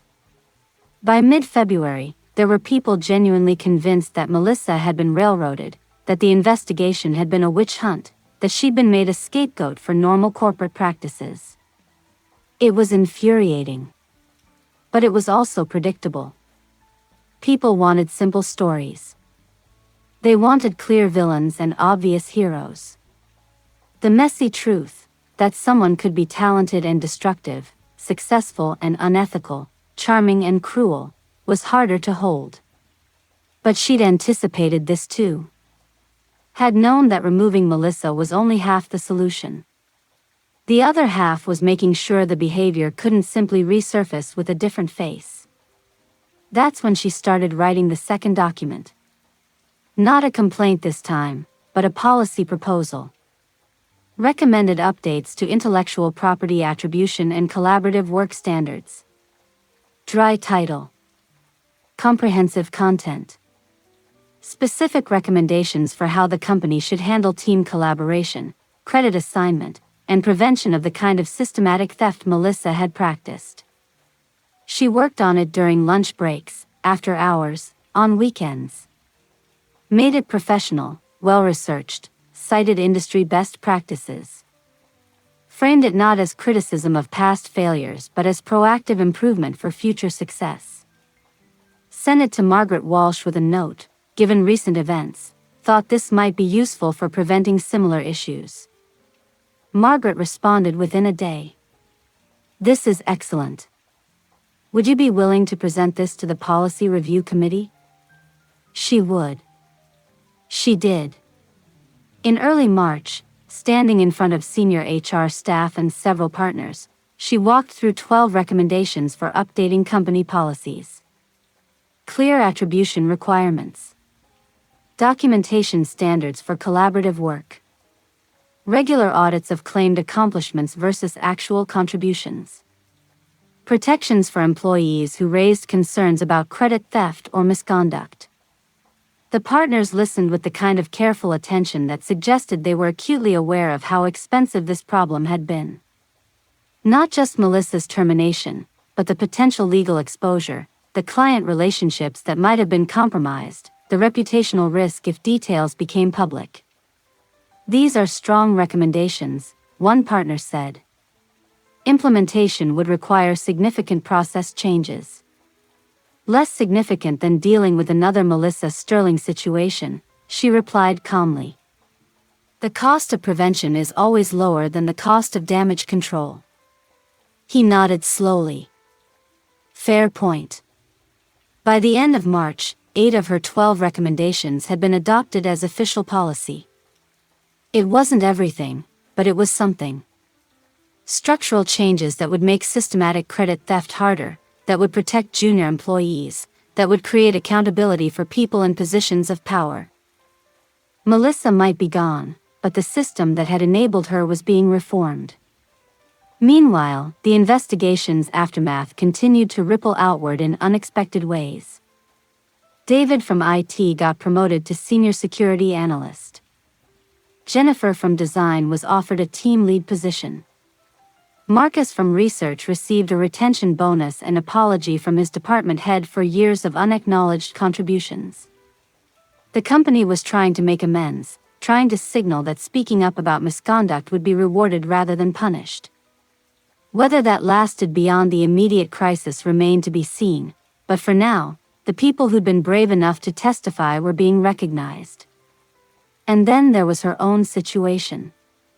In April, she was called into Susan Rodriguez's office. Not the conference room where bad news was delivered, but Susan's actual office, which suggested this was a different kind of conversation. Close the door, Susan said. Have a seat. She sat, uncertain. I'm going to be direct, Susan said. The partners have been discussing your situation. What you did, documenting that pattern of misconduct, building that case, coming forward when it would have been easier to stay silent. That took courage. And intelligence. And the kind of systematic thinking we need more of in this firm. Thank you. We'd like to offer you a promotion. Senior analyst. Immediate 15% salary increase, with additional consideration during the next bonus cycle. You'd work directly with me on strategic initiatives, take on more client-facing responsibilities, potentially mentor junior staff. It was everything she'd wanted a year ago. Recognition. Advancement. Proof that her work had value beyond what someone like Melissa could steal. But she found herself hesitating. "Can I ask a question?" she said. "Of course. Is this promotion because of my actual work, or because the company wants to show they reward whistleblowers?" Susan didn't flinch from the directness. Honest answer? It's both. Your work has always been strong, Melissa recognized that, which is why she stole from you. But yes, the company also wants to demonstrate that doing the right thing doesn't hurt your career here. Is that a problem? She considered. A year ago, she would have said yes. Would have wanted the recognition to be purely about her professional merit, nothing else. But she'd learned some things in the past year. About how change happens, about pragmatism, about taking victories where you could find them. "No," she said. "It's not a problem. I accept." The promotion was announced in the weekly newsletter. Congratulations to, her name, on her promotion to Senior Analyst, Strategic Development.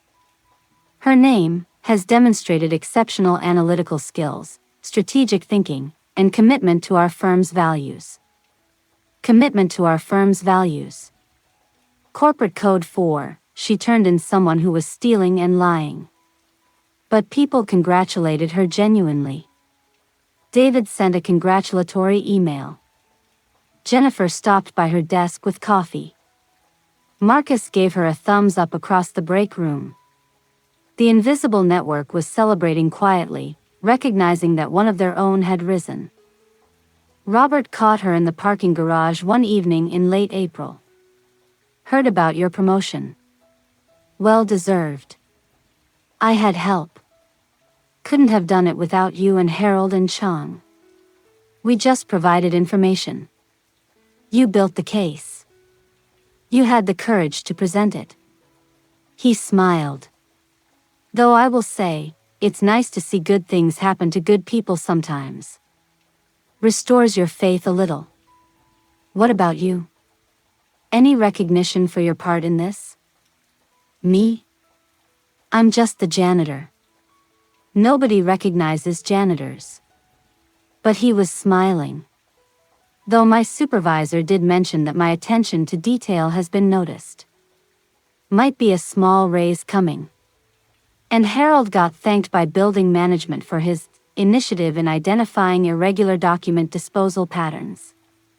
Corporate speak for, good job noticing the shredding situation. And Chang? Chang got offered a day shift position. Better hours, better visibility for future advancement. He's thinking about it. The invisible network was being rewarded too, in small ways. The company couldn't publicly acknowledge their roles. That would mean admitting how much of the investigation had relied on support staff noticing things that management had missed. But privately, quietly, there was recognition. Small raises, better positions, acknowledgement that paying attention mattered. By May, things had settled into a new normal. The office had moved on, mostly. Melissa Sterling was rarely mentioned. Her replacement in the team lead role, someone external, brought in specifically to reset the culture, was competent and fair. The new attribution policies were being implemented, not without complaints, but with general acceptance. She'd moved to a better desk, closer to the windows. Had business cards with her new title. Had a voice in meetings that people actually listened to. The work was interesting, challenging in the right ways. She was good at it, and now people knew she was good at it. But she still kept the notebook. All 167 pages of it, stored in a locked drawer at home. Not because she needed it anymore, but because it was a reminder of what systematic documentation could accomplish. Of what happened when invisible people chose to be seen. Of the fact that bad behavior, if carefully recorded, eventually accumulated enough weight to collapse under its own gravity. Sometimes, late at night when she couldn't sleep, she'd pull it out and flip through the pages. The cramped handwriting from those early days when she was just angry and hurt. The increasingly organized entries as the documentation became more purposeful. The cross-references and timestamps and carefully noted details that had ultimately built a case too comprehensive to ignore. It represented 18 months of her life. 18 months of careful attention, strategic patience, and unwavering focus. 18 months of watching someone get away with cruelty while building the foundation for accountability. And in the end, the notes had been enough. Not because they were perfect, but because they were thorough. Because they established patterns rather than isolated incidents. Because they were corroborated by witnesses and supported by digital evidence and presented at exactly the right moment to exactly the right people. Melissa Sterling had laughed in June. Had stolen in July. Had thrived through the fall and winter, climbing higher while pushing others down. Had seemed untouchable, invincible, protected by success and political skill. But someone had been taking notes. Very detailed notes. And those notes had proven that no one, no matter how golden, was truly untouchable. The trap had been patient. The evidence had been comprehensive. And justice, for once, had actually functioned. The notebook stayed in its drawer, a quiet reminder that attention and documentation could be more powerful than charm and politics. That invisible people could choose their moments to be seen. That the person laughing today might be silent tomorrow. And that sometimes, taking notes was the most revolutionary act of all. Summer arrived with the kind of heat that made the city shimmer and the air conditioning struggle. The office had found its rhythm under the new normal. Susan's leadership style was collaborative without being weak, direct without being cruel. The new attribution policies were being followed, mostly without complaint. People seemed happier, more productive, less anxious about whose ideas would be stolen or who would be humiliated in the next meeting. She'd settled into her senior analyst role with surprising ease.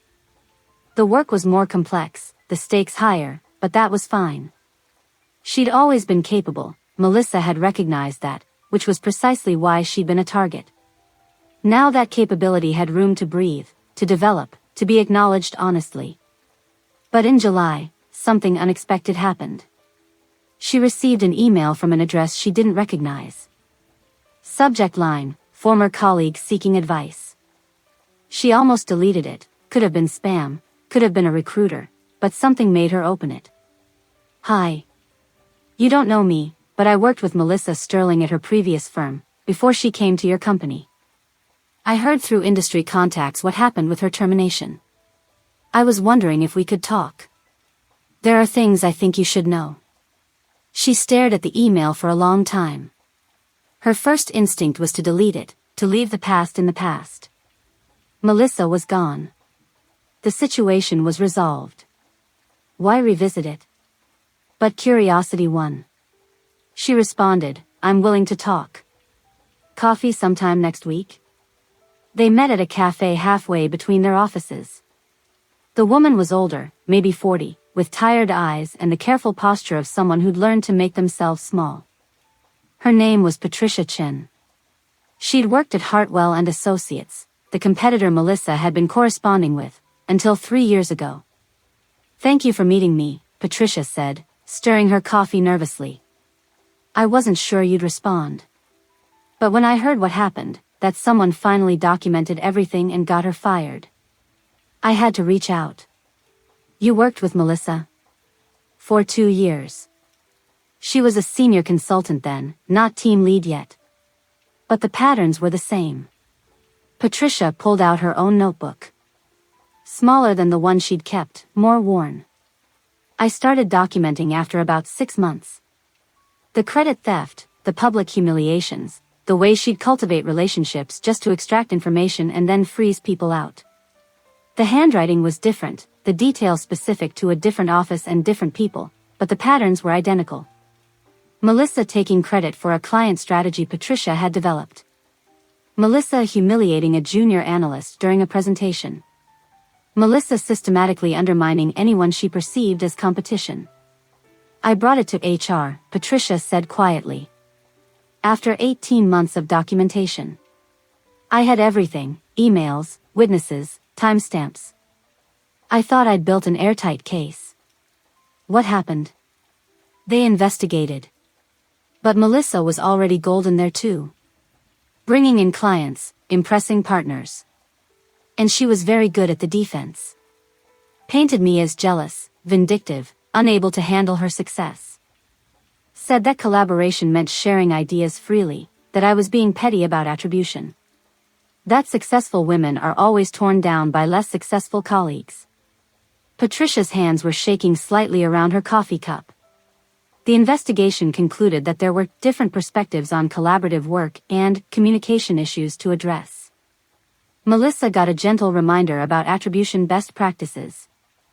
I got a reputation as difficult, someone who couldn't handle competitive environments. They didn't fire her.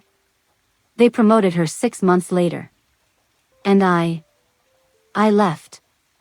Couldn't stay in a place that had chosen to protect her over multiple people she'd hurt.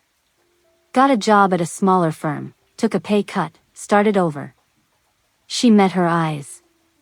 When I heard through the industry grapevine what happened at your company, that she'd finally been held accountable, I actually cried. Because it meant that maybe, finally, someone had been able to do what I couldn't. They sat in silence for a moment. The cafe hummed with lunchtime energy around them, but their corner felt still and heavy. Why are you telling me this? She asked gently. Because you should know what happened at Hartwell. Know that this wasn't new behavior. She'd been doing this for years, at multiple companies. And Patricia hesitated. Because I heard she's trying to rebuild. Someone told me she's interviewing at firms, presenting herself as someone who was unfairly targeted, caught up in office politics. And I'm worried that without the full picture, without people knowing the pattern, she'll just do it again somewhere else. That was the nightmare scenario, wasn't it? That Melissa would land at another company, start fresh with a new group of victims, and the cycle would continue. That the only thing she'd learned was to be more careful, more subtle, harder to catch. What do you want me to do? She asked. I don't know. I'm not even sure there's anything you can do.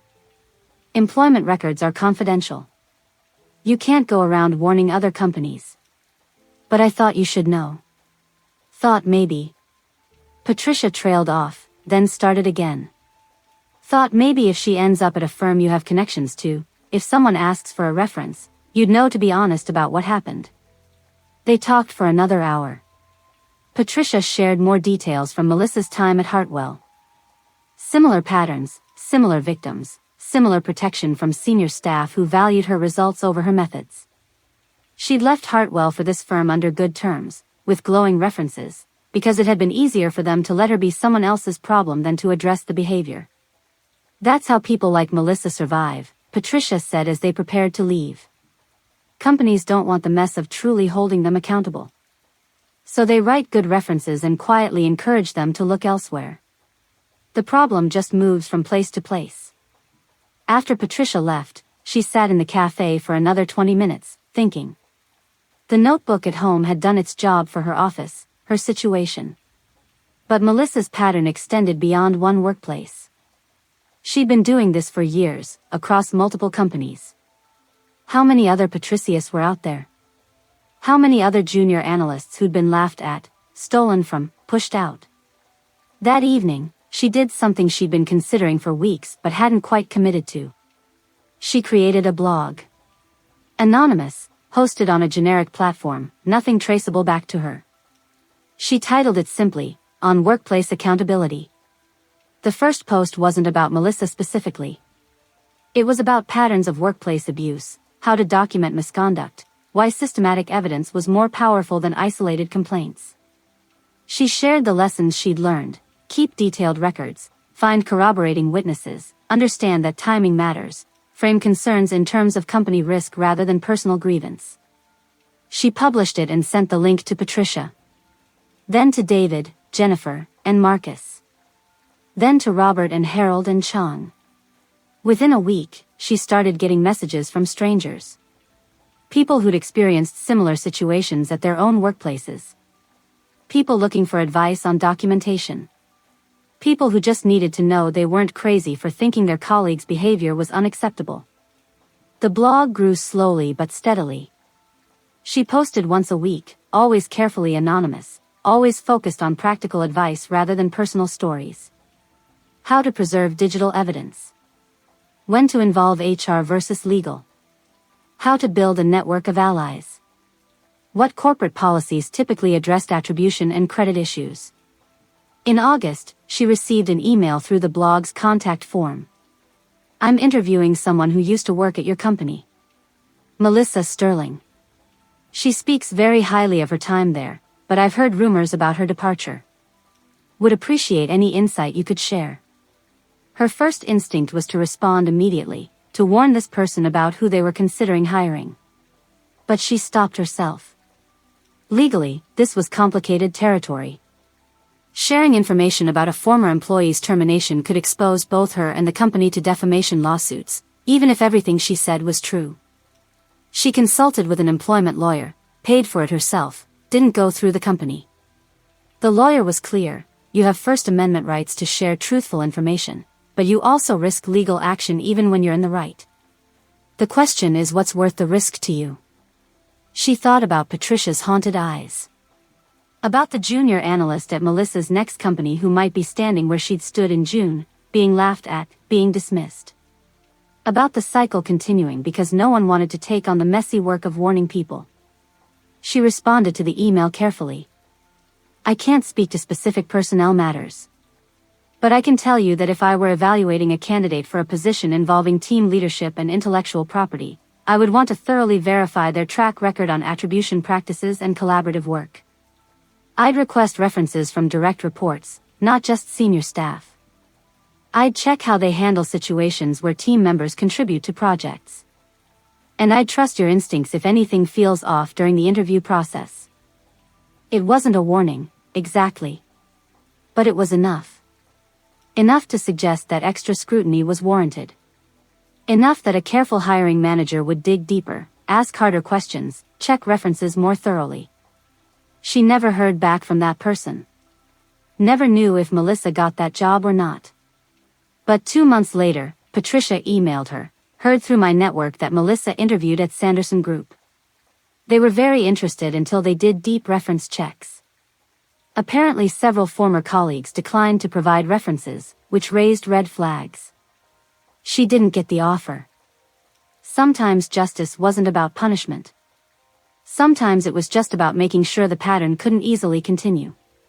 About making it a little harder for toxic people to move from place to place, leaving destruction in their wake. By October, she'd received similar inquiries 3 more times. Each time, she responded the same way. No specific allegations, just gentle suggestions that thorough vetting was wise. Each time, the person asking seemed to get the message. Melissa's professional reputation, once golden, was developing cracks. Whispers in the industry. Careful questions during reference checks. A wariness that hadn't existed before. One evening in late October, Robert stopped by her desk. He was getting ready to retire in a few months, training his replacement, but still doing his rounds. Saw Harold last week, he said. He mentioned that he'd been contacted by someone asking about Melissa Sterling. Some background check company, doing due diligence for a potential employer. They wanted to know about her work habits, her conduct in the office. What did he tell them? Truth. That she was often in the office late, that she had unusual document disposal practices, that he'd observed behavior that had eventually prompted an investigation. All factual, all documented. Robert smiled slightly. Invisible people make excellent witnesses. We see everything, and we've got no reason to protect anyone. The network was extending beyond her company now. Patricia had connected her with two other former colleagues of Melissa's from different firms. Each had their own documentation, their own stories, their own warnings. They created an informal system. When one of them heard about Melissa interviewing somewhere, they'd alert the others. And somehow, through professional networks and careful conversations, information would reach the right people. Nothing direct. Nothing legally actionable. Just the slow accumulation of reputation damage that came from multiple people across multiple companies, all declining to provide glowing references. All suggesting that extra scrutiny might be wise. All sharing the same gentle caution. By November, Melissa's LinkedIn profile had stopped being updated regularly. The steady stream of new connections had slowed. The "Open to Opportunities" banner had been up for months. She'd given up on the consulting route and was apparently considering adjacent industries, maybe public relations, maybe corporate training, something where her past wouldn't follow her quite so closely. She didn't feel triumphant about this. Just quietly satisfied. Melissa wasn't destroyed. She'd land somewhere, probably still make good money, probably still be successful in some capacity. But the ease with which she'd moved through the professional world, leaving wreckage behind her, had been disrupted. The pattern couldn't continue quite so smoothly. And more importantly, the network of people who'd been paying attention had learned that their attention mattered. That invisible people could choose to be seen. That systematic documentation could outlast charm and political skill. That warning others, even carefully and indirectly, could prevent future harm. The notebook stayed in its drawer. But the lessons from it had spread far beyond one office, one investigation, one termination. Sometimes revenge wasn't about destruction. Sometimes it was just about making sure that someone who'd built their success on others' pain couldn't easily do it again. Sometimes it was enough to take notes and share them with people who needed to know what to watch for. December brought the annual performance review cycle, and with it, the first real test of whether the company's reforms would hold. The new attribution policies looked good on paper, but implementation was everything. Would managers actually follow through? Would employees trust the system enough to report violations? Or would everyone gradually slide back into old habits once the scandal of Melissa Sterling's termination faded from memory? She had her performance review in mid-December with Susan Rodriguez. It was comprehensive, fair, focused on actual accomplishments with proper documentation. Susan walked through specific projects, noting contributions and outcomes. No vague platitudes, no stolen credit, just honest assessment. You've exceeded expectations in your first 7 months as senior analyst, Susan said. The policy recommendations you developed have been adopted company-wide. Your client work has been exceptional. And your mentorship of 2 junior analysts has been noted positively by both of them. Thank you. I also want to acknowledge something that isn't technically part of performance review metrics, but matters. Susan leaned back in her chair. What you did last year, documenting that misconduct, building that case, that changed this company. We're better now because you had the courage to speak up. I want you to know that's recognized, even if it's not something we can put in official review documents. It was strange, being thanked for something that had felt less like courage and more like necessity. Like someone had to do it, and she'd happened to be in the position to do it thoroughly. But the real test came in January, when she heard through David about a situation developing in the IT department. A senior manager was apparently taking credit for security protocols that David's team had developed. Not as blatant as Melissa's behavior, but the pattern was familiar. Ideas presented in team meetings, then appearing in the manager's reports to upper management with no attribution. I'm documenting it, David told her over lunch. Like you did. Dates, times, who was present. I've got the original documentation showing my team's work. But I'm wondering, is it worth it? I mean, we got rid of Melissa, but this guy's been here for 12 years. He's got relationships, protection. Does he have evidence of systematic misconduct spanning multiple years? She asked. Not yet. It's only been a few months. Then you're in a different position than I was. You don't need to build an overwhelming case. You have new policies in place specifically designed to address this. She pulled up the company intranet on her phone, navigating to the updated attribution guidelines. See this section? Clear requirements for documenting team contributions. And this part? Process for raising concerns about attribution violations. You can use the system now. That's what we built it for. David looked uncertain. But what if they side with him? What if it goes like it did for Patricia at Hartwell? Then you'll know this company hasn't actually changed, and you can make decisions accordingly. But if you don't test the system, we'll never know if the reforms were real or just performative. He filed the complaint in February. She wasn't directly involved, this was David's situation to handle, but she heard about it through the network. HR responded within 3 days. The investigation was quick, focused, professional. The senior manager was counseled, required to issue corrections to his previous reports, and placed on a performance improvement plan with specific requirements about attribution practices. Not fired. Not publicly humiliated. But held accountable. The behavior was corrected before it could metastasize into something worse. The system worked, David told her afterward. He sounded almost surprised. They actually investigated. Actually enforced the policies. Actually made him fix the attribution issues. That's what we built it for. So people don't have to spend 18 months documenting patterns before they can speak up. The word spread. The system could work. The policies weren't just window dressing. If you raised concerns with proper documentation, they were taken seriously. It wasn't perfect, there were still political dynamics, still personalities that got more benefit of the doubt than others. But it was better. Meaningfully better. In March, she was asked to speak on a panel at an industry conference. Workplace culture and accountability, building systems that support ethical behavior. She almost declined. Public speaking about the Melissa situation felt risky, potentially career-limiting. But the conference organizers assured her she could discuss the issues generally without naming names or specific companies. She accepted. The panel was better attended than she'd expected. Apparently workplace accountability was a hot topic. She shared lessons learned, carefully framed as hypothetical recommendations. How to design attribution policies. Why documentation systems mattered. The importance of protecting people who raised concerns. The need for consequences proportionate to harm. During the Q&A session, a woman in the audience stood up. Mid-30s, nervous energy, hands gripping her notepad tightly. I work at a firm where someone in leadership has been taking credit for teamwork for years. Multiple people know, but everyone's afraid to speak up because this person is protected by senior management. How do you build a case when you feel alone? She looked at the woman and saw herself from 2 years ago.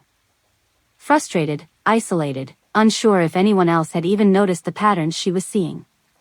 You're probably not as alone as you think, she said. In my experience, toxic behavior is rarely invisible. Other people notice. They just don't talk about it because everyone thinks they're the only one who sees it. Start by finding those other people. Build a network. Compare notes. Discover that you're not crazy, that the patterns you're seeing are real and others see them too. But what if management doesn't care? Then you have to decide if that's a company worth staying at. Because if management knows about systematic misconduct and chooses not to address it, that tells you everything about their values. And sometimes the best thing you can do for yourself is document everything carefully, build your case, and then use it to protect yourself while you find somewhere better. She paused, then added, but also, sometimes management doesn't know.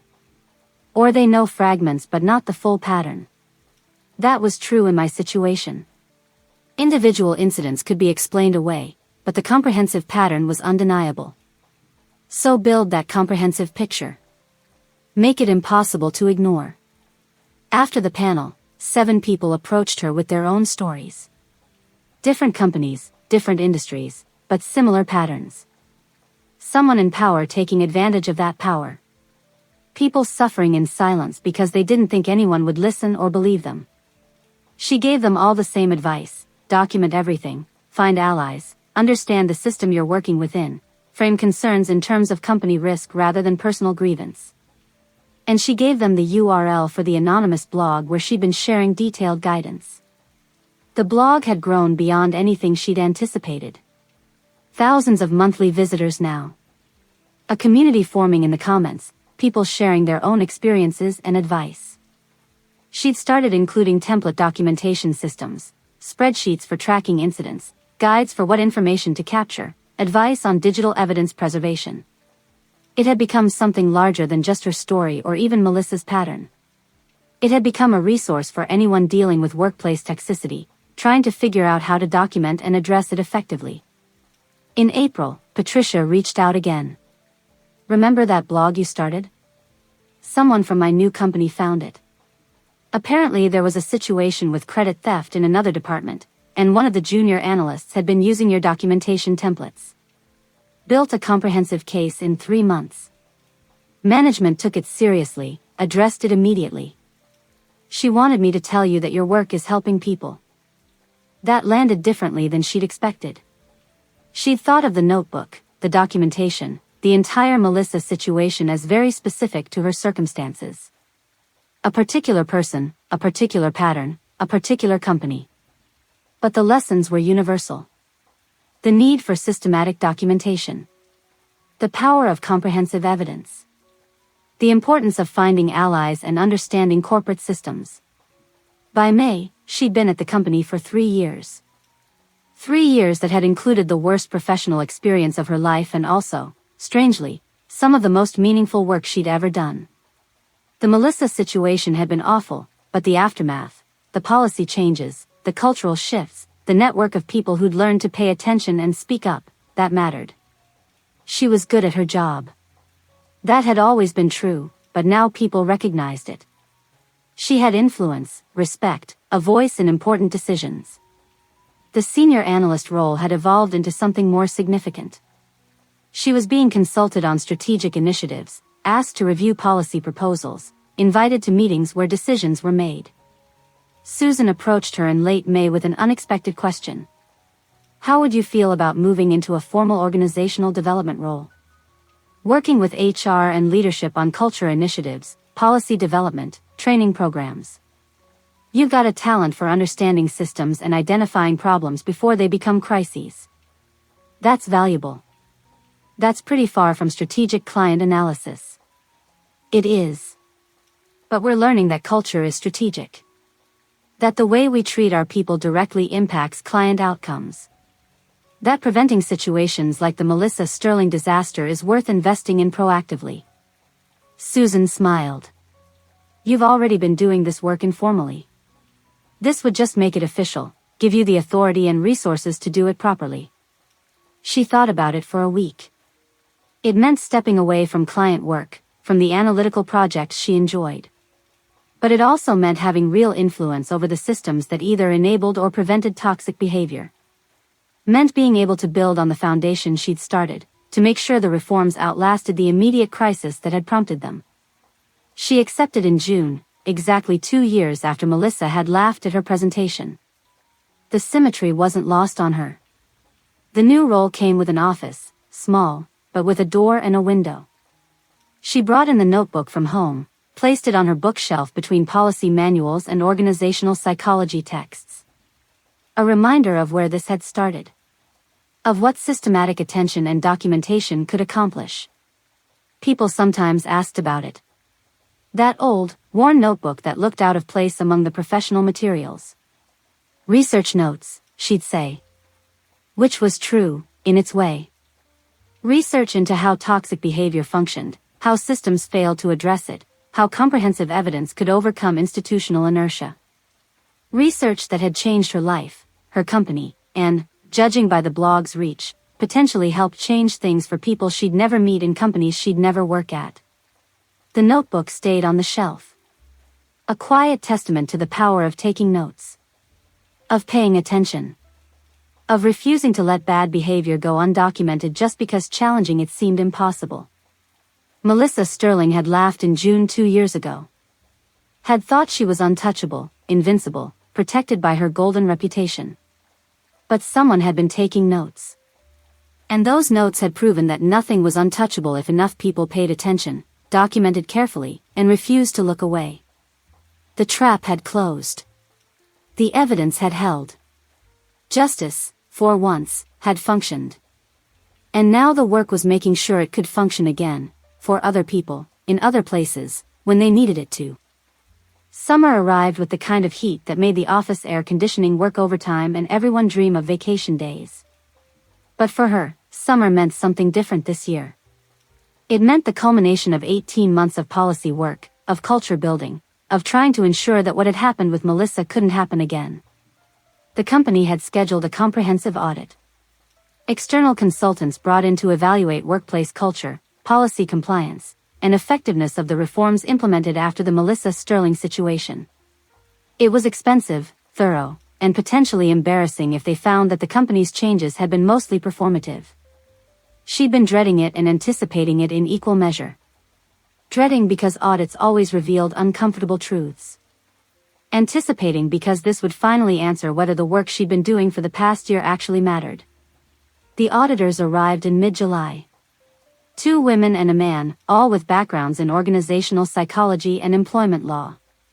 They spent 3 weeks conducting confidential interviews with employees at all levels, reviewing policy documentation, analyzing HR complaint records, examining how attribution and credit issues had been handled since the new policies were implemented. She was interviewed twice. Once as an employee, once in her organizational development role. The questions were probing, professional, designed to get past corporate speak to actual truth. How would you characterize the cultural changes since the Sterling termination? The lead auditor asked. Meaningful but fragile, she answered honestly. People are more willing to speak up about problems. The policies are being followed most of the time. But we're only 2 years out from a significant scandal. Culture change takes longer than that to really solidify. What do you see as the biggest remaining vulnerabilities? The same thing that enabled Melissa Sterling in the first place, the tendency to overlook bad behavior from high performers. We've gotten better at attribution and documentation, but we still struggle with holding people accountable when they're bringing in revenue or have powerful advocates. How would you rate employee trust in the complaint and investigation process? She thought carefully about that one. Higher than it was, but not where it needs to be. People know the policies exist. They're less certain the policies will be enforced fairly if they go up against someone with seniority or connections. The auditor made notes, expression neutral. Impossible to tell if her answers were what they wanted to hear or damning indictments of ongoing problems. The audit results were presented in August, in a closed meeting with senior partners and select staff. She was included, given her role in developing the policies being evaluated. The findings were mixed. Some things were genuinely improved, documentation of team contributions was better, attribution in presentations and reports had increased significantly, the time between complaint filing and investigation had decreased. Employees reported feeling more supported in raising concerns, though there was still hesitation about challenging senior staff. But there were also problems. The auditors had identified 3 cases in the past year where complaints about credit theft or hostile behavior had been inadequately addressed. Not Melissa-level systematic abuse, but patterns that suggested some managers were still getting away with behavior that violated policy. The reforms are working to an extent, the lead auditor concluded. But implementation is inconsistent. Some departments are fully bought in, others are going through the motions. There's a risk that without continued vigilance and accountability at senior levels, the company could slide back toward old patterns. James Chen, the senior partner who'd been in her original HR meeting 2 years ago, spoke up. What's your recommendation? Ongoing monitoring. Annual culture audits. Mandatory training for all leadership on the new policies, with consequences for non-compliance. And, the auditor looked directly at her, continued investment in organizational development roles that focus specifically on culture and accountability. Over the next month, she worked with the auditors to develop an implementation plan for their recommendations. It was detailed, resource-intensive work. Training programs had to be designed. Monitoring systems had to be established. Consequences for policy violations had to be clearly defined and consistently applied. In September, the company held an all-staff town hall to discuss the audit findings. The managing partner stood in front of 200 employees and did something unusual. He acknowledged failure. The audit showed that while we've made progress since the events of 2 years ago, we haven't done enough. Some of you have raised concerns that weren't properly addressed. Some departments haven't fully embraced the cultural changes we committed to making. That's on leadership. That's on me. And we're going to do better. He outlined the implementation plan, the training requirements, the monitoring systems, the clear consequences for managers who violated attribution policies or created hostile environments. We can't undo the harm that was caused, he said. But we can commit to doing everything in our power to prevent it from happening again. To creating a workplace where good work is recognized honestly, where concerns are taken seriously, where people don't have to spend 18 months documenting abuse before action is taken. It was the most direct acknowledgement of the Melissa Sterling situation that had ever been made in a public forum. Melissa's name wasn't mentioned, but everyone knew what the events of 2 years ago referred to. After the town hall, something shifted. People started talking more openly about what had happened, about their own experiences with toxic behavior, about their concerns and hopes for the company's culture. The enforced silence that had surrounded the scandal began to crack. David approached her after the meeting. I'm thinking about doing something. Not sure if it's stupid or necessary. What? Writing up my experience. The situation with my manager taking credit, how the new system worked when I reported it. I'm thinking about posting it on the internal company blog. Make it concrete for people. Show them the policies actually function. You'd be identifying yourself publicly as someone who filed a complaint. I know. But maybe that's important. Maybe people need to see that you can challenge bad behavior and survive. That the system will back you up if you document properly and follow the process. She thought about her own documentation, her own risk in coming forward. If you do it, I'll support you. But think hard about whether you're ready for that level of visibility. David published his story 2 weeks later. It was measured, professional, focused on facts rather than emotions. He described the pattern he'd noticed, the documentation he'd gathered, the process of filing a complaint, the investigation, the outcome. He ended with, the system worked. Not perfectly, but well enough. And that matters. The response was overwhelming. Dozens of comments from colleagues. Some sharing their own experiences. Some expressing gratitude for his willingness to be public. Some asking practical questions about how to document similar situations they were facing. Jennifer from design posted her own story a week later. Then Marcus from research. One by one, people who'd been part of the network that had brought down Melissa started making their experiences public. Not to relitigate the past, but to demonstrate that accountability was possible. That speaking up could work. That the culture was genuinely changing. By October, something remarkable had happened. The company had gone from enforced silence about workplace toxicity to active conversation about it. People were sharing experiences, comparing notes, supporting each other.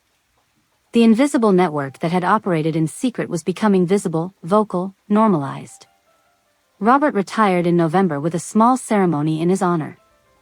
27 years of cleaning offices, and at the end, recognition for something more than just keeping the building clean. Robert Hines demonstrated exceptional attention to detail and commitment to workplace integrity, his supervisor said during the farewell gathering. His observations and documentation contributed to important organizational improvements. We're grateful for his service. It was corporate speak, but everyone in the room who'd been part of the network understood what it really meant. Robert had paid attention when others hadn't. Had documented what powerful people wanted ignored. Had been willing to speak up when it mattered. Harold retired 2 months later. Chang accepted a day shift position with a promotion attached.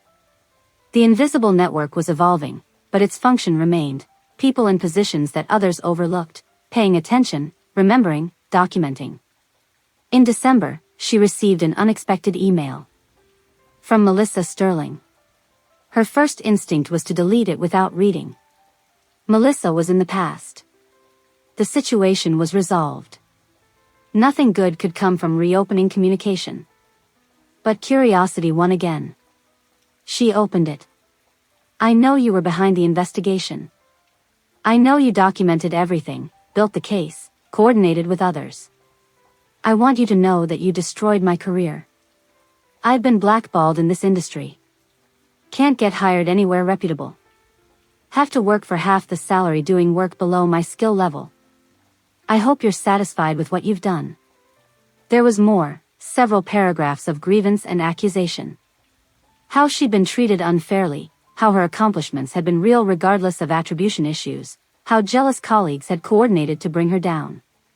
She read it twice, waiting for the anger or guilt or satisfaction to hit. But what she felt was mostly tiredness. And a little bit of pity. She didn't respond immediately. Took a day to think about whether to respond at all. Finally wrote back, brief and direct. You weren't destroyed by documentation. You were destroyed by your own behavior, systematically repeated over years across multiple companies. The documentation just made that behavior impossible to ignore. If you want to rebuild your career, the place to start isn't blaming the people who held you accountable. It's examining why you thought taking credit for others' work was acceptable in the first place. She sent it, then blocked Melissa's email address. That chapter was closed. Whatever journey Melissa needed to take to understand her own behavior and make amends for it, that was work she had to do herself. The year ended with performance reviews again. Her second year in the organizational development role had been successful by every measure that mattered. Employee satisfaction scores were up. Complaint resolution times were down. Documentation of team contributions was industry-leading. The culture audit had shown measurable improvement from when she'd started. You've built something important here, Susan told her during the review.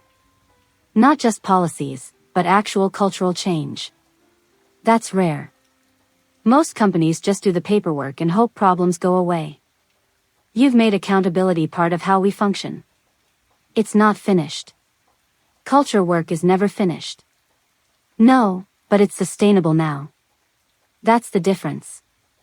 2 years ago, everything depended on one person being brave enough to document misconduct comprehensively. Now we have systems, processes, training. We've distributed the responsibility for accountability across the organization. That was the goal, really. Not for her to be the guardian of workplace culture forever, but to build systems robust enough that they didn't require heroes. Systems where ordinary attention and normal documentation were sufficient to catch and address problems before they became crises. The notebook stayed on her shelf, a reminder of where this had started. But she didn't need to keep one anymore. The company kept them now, systematically, as part of normal operations. Attribution was documented. Team contributions were recorded. Concerns were logged and tracked. The trap that had caught Melissa Sterling wasn't a trap anymore. It was just how things worked. Pay attention. Document what you see. Report problems through proper channels. Trust that the system will function. And when it didn't function perfectly, because no system did, there were people whose job it was to notice and fix the failures. People like her, whose role was ensuring that the lessons learned from one scandal didn't get forgotten the moment the crisis passed. Melissa had laughed in June 3 years ago. Had built a career on others' work and others' pain. Had seemed untouchable until someone had been patient enough, thorough enough, and strategic enough to prove otherwise. The notes had done their work. The trap had closed. Justice had functioned. And now the work was making sure it could function again, every time, for everyone who needed it. January brought the kind of cold that made you forget summer had ever existed. But inside the conference room on the 3rd floor, the atmosphere was warm with a different kind of energy. The room was full, 47 people, all voluntary attendees for a training session she developed on workplace accountability and ethical collaboration. This was the 3rd session she'd run this month. They were required for all managers, but these attendees were mostly individual contributors who'd signed up on their own time. People who wanted to understand the systems, who wanted to know how to document properly if they ever needed to, who were invested in maintaining the cultural changes. Let's start with a scenario, she said, pulling up a slide. You're in a team meeting. Your manager asks everyone to contribute ideas for a client proposal. You share a detailed strategy you've been developing. The meeting ends. 2 weeks later, your manager presents that strategy to senior leadership as their own work. Your name isn't mentioned. What do you do? Hands went up immediately. She called on a young woman in the back. Document everything. When you shared the idea, who was present, what you said. Save any emails or messages about it. Then approach the manager privately first before escalating. Good. Why approach privately first? Because maybe it was an oversight. Maybe they forgot to mention attribution. Give them a chance to correct it before assuming malice. Exactly. Most problems aren't Melissa Sterling-level systematic abuse. Most are misunderstandings or oversights that can be corrected with direct communication. She clicked to the next slide. But if the private conversation doesn't resolve it, what's next? An older man near the front spoke up. Follow the documented process. File a concern with HR using the official channels. Include your documentation, be specific about dates and details. Right. And this is the critical part, she emphasized, you don't need 18 months of documentation anymore. You don't need to prove a massive pattern. The systems are designed to address individual incidents now. That's what we built them for. She walked them through case studies, carefully anonymized. The IT manager whose credit theft was addressed after one report. The senior consultant whose hostile behavior was corrected after 3 separate complaints showed a pattern. The team lead who received coaching after failing to properly attribute team contributions. Notice what these have in common, she said. Documentation, proper channels, specific concerns rather than vague complaints. The system works when you work with it. During the break, a young man approached her. Couldn't have been more than 25, nervous energy radiating off him. Can I ask you something? Off the record? Sure. Everyone knows you were the one who documented the Sterling situation. Built the case that got her fired. Does that ever haunt you? Like, you ended someone's career. Does that weigh on you? It was a more honest question than she usually got. Most people treated her like some kind of workplace justice warrior, assuming she felt nothing but righteous satisfaction about the outcome. Yes and no, she said carefully. I didn't end her career. She ended it through her own systematic misconduct across multiple companies over multiple years. I just documented what she was already doing. But do I think about it? About the human cost? Yes. She's a person, flawed like everyone, who made choices that hurt others and ultimately hurt herself. That's not satisfying. It's just sad. But you'd do it again? If I saw someone systematically stealing from colleagues and creating a hostile environment? Yes. Because the cost of not documenting it is other people continuing to suffer. Sometimes there are no good options, just less bad ones. He nodded slowly, processing. I guess I'm asking because there's a situation in my department. Not nearly as bad as Sterling, but this senior analyst who keeps taking credit for teamwork.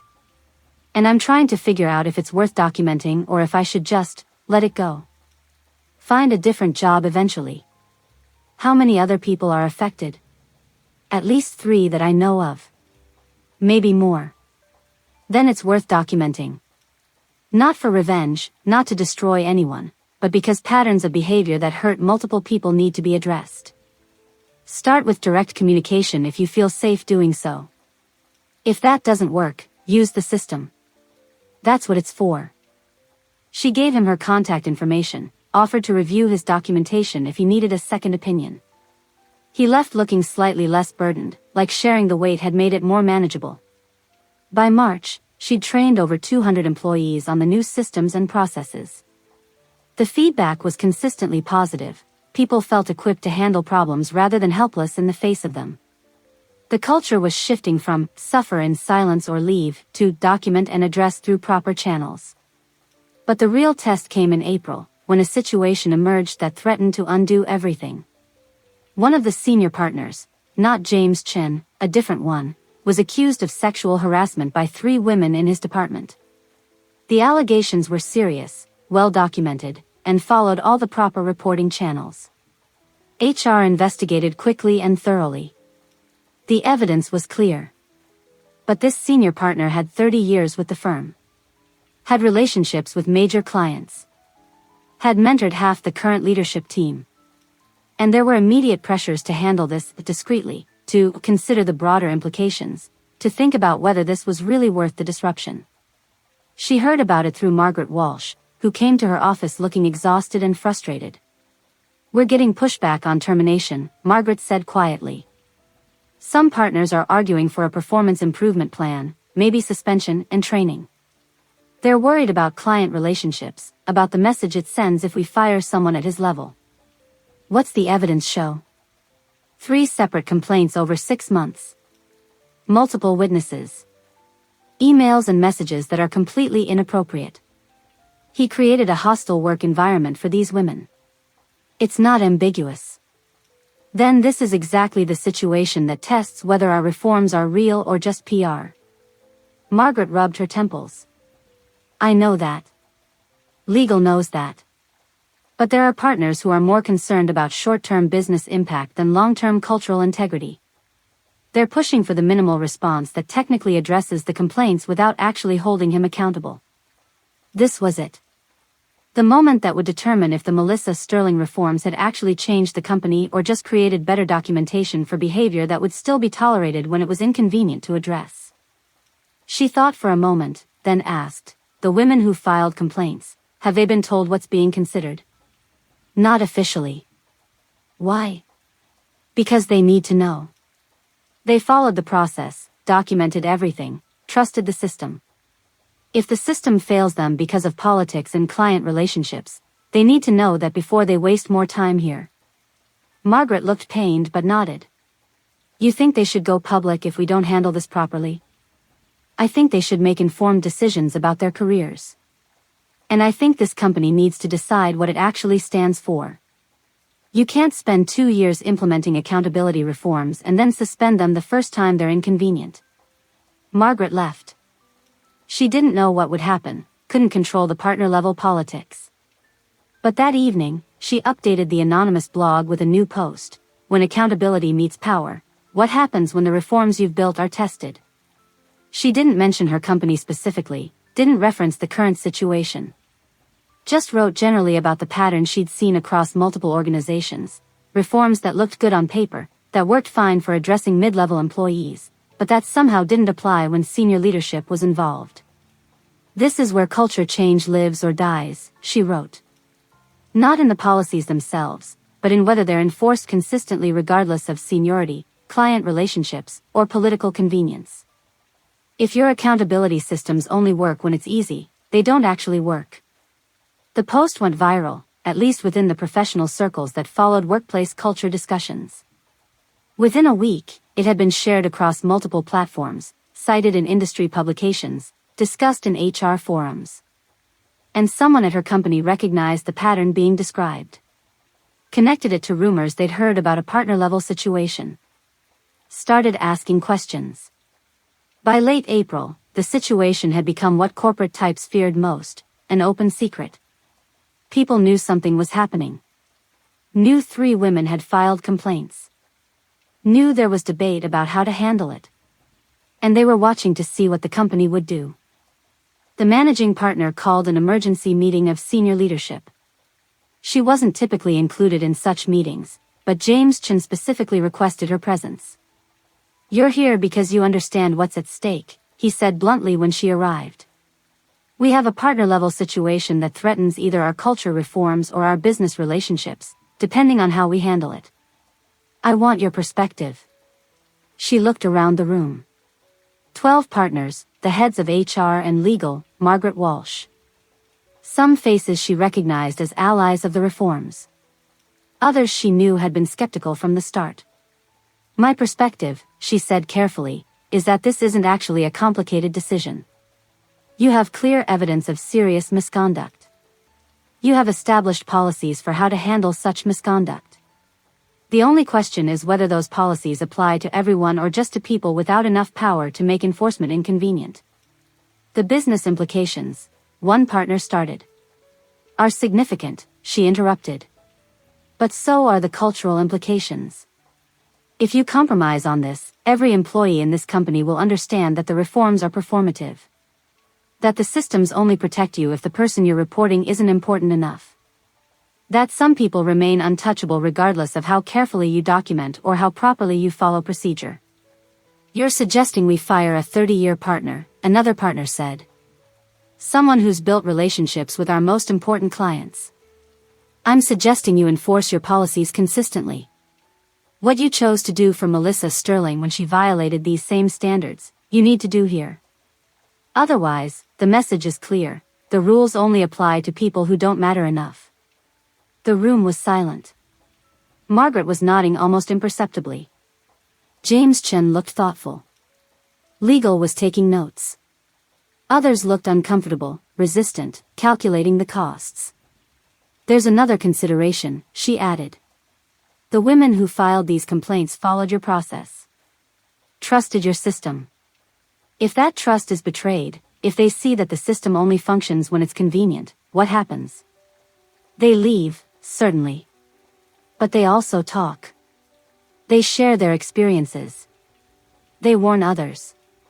And eventually, your reputation as a place that's serious about accountability becomes a joke. That has business implications too. The managing partner, who'd been quiet until now, spoke up. When we terminated Melissa Sterling, that was expensive. Lost relationships, lost revenue in the short term. But we recovered. Actually came out stronger because people trusted us to do the right thing. This is bigger, someone argued. Partner level. 30 years of client relationships. Which is why it matters more, the managing partner said. If we can't hold our own leadership to the standards we set, we don't actually have standards. The vote, when it came, wasn't unanimous. But it was sufficient. The senior partner would be terminated for cause. His clients would be reassigned. The three women would be thanked for their courage in coming forward, offered support through the transition, and given assurances that their careers wouldn't suffer for having spoken up. It was the right decision. But she left that meeting knowing it had been close. Knowing that some partners had voted for termination not because they believed in accountability, but because they'd been convinced the business risk of not terminating was greater than the cost of doing so. Cultural change was fragile. Required constant reinforcement. Could be undone in a moment if the people in power decided convenience mattered more than principle. The senior partner's termination was announced in May. Another brief, carefully worded email. Effective immediately, name, is no longer with the firm. We thank him for his years of service and wish him well. But this time, because the situation had become an open secret, there was context. People understood what the termination meant. Understood that the reforms were being enforced even at the highest levels. Understood that the system could actually function against power, not just against the powerless. The three women who'd filed complaints were still at the company. Still doing good work. No longer suffering in an environment that had tolerated their harassment.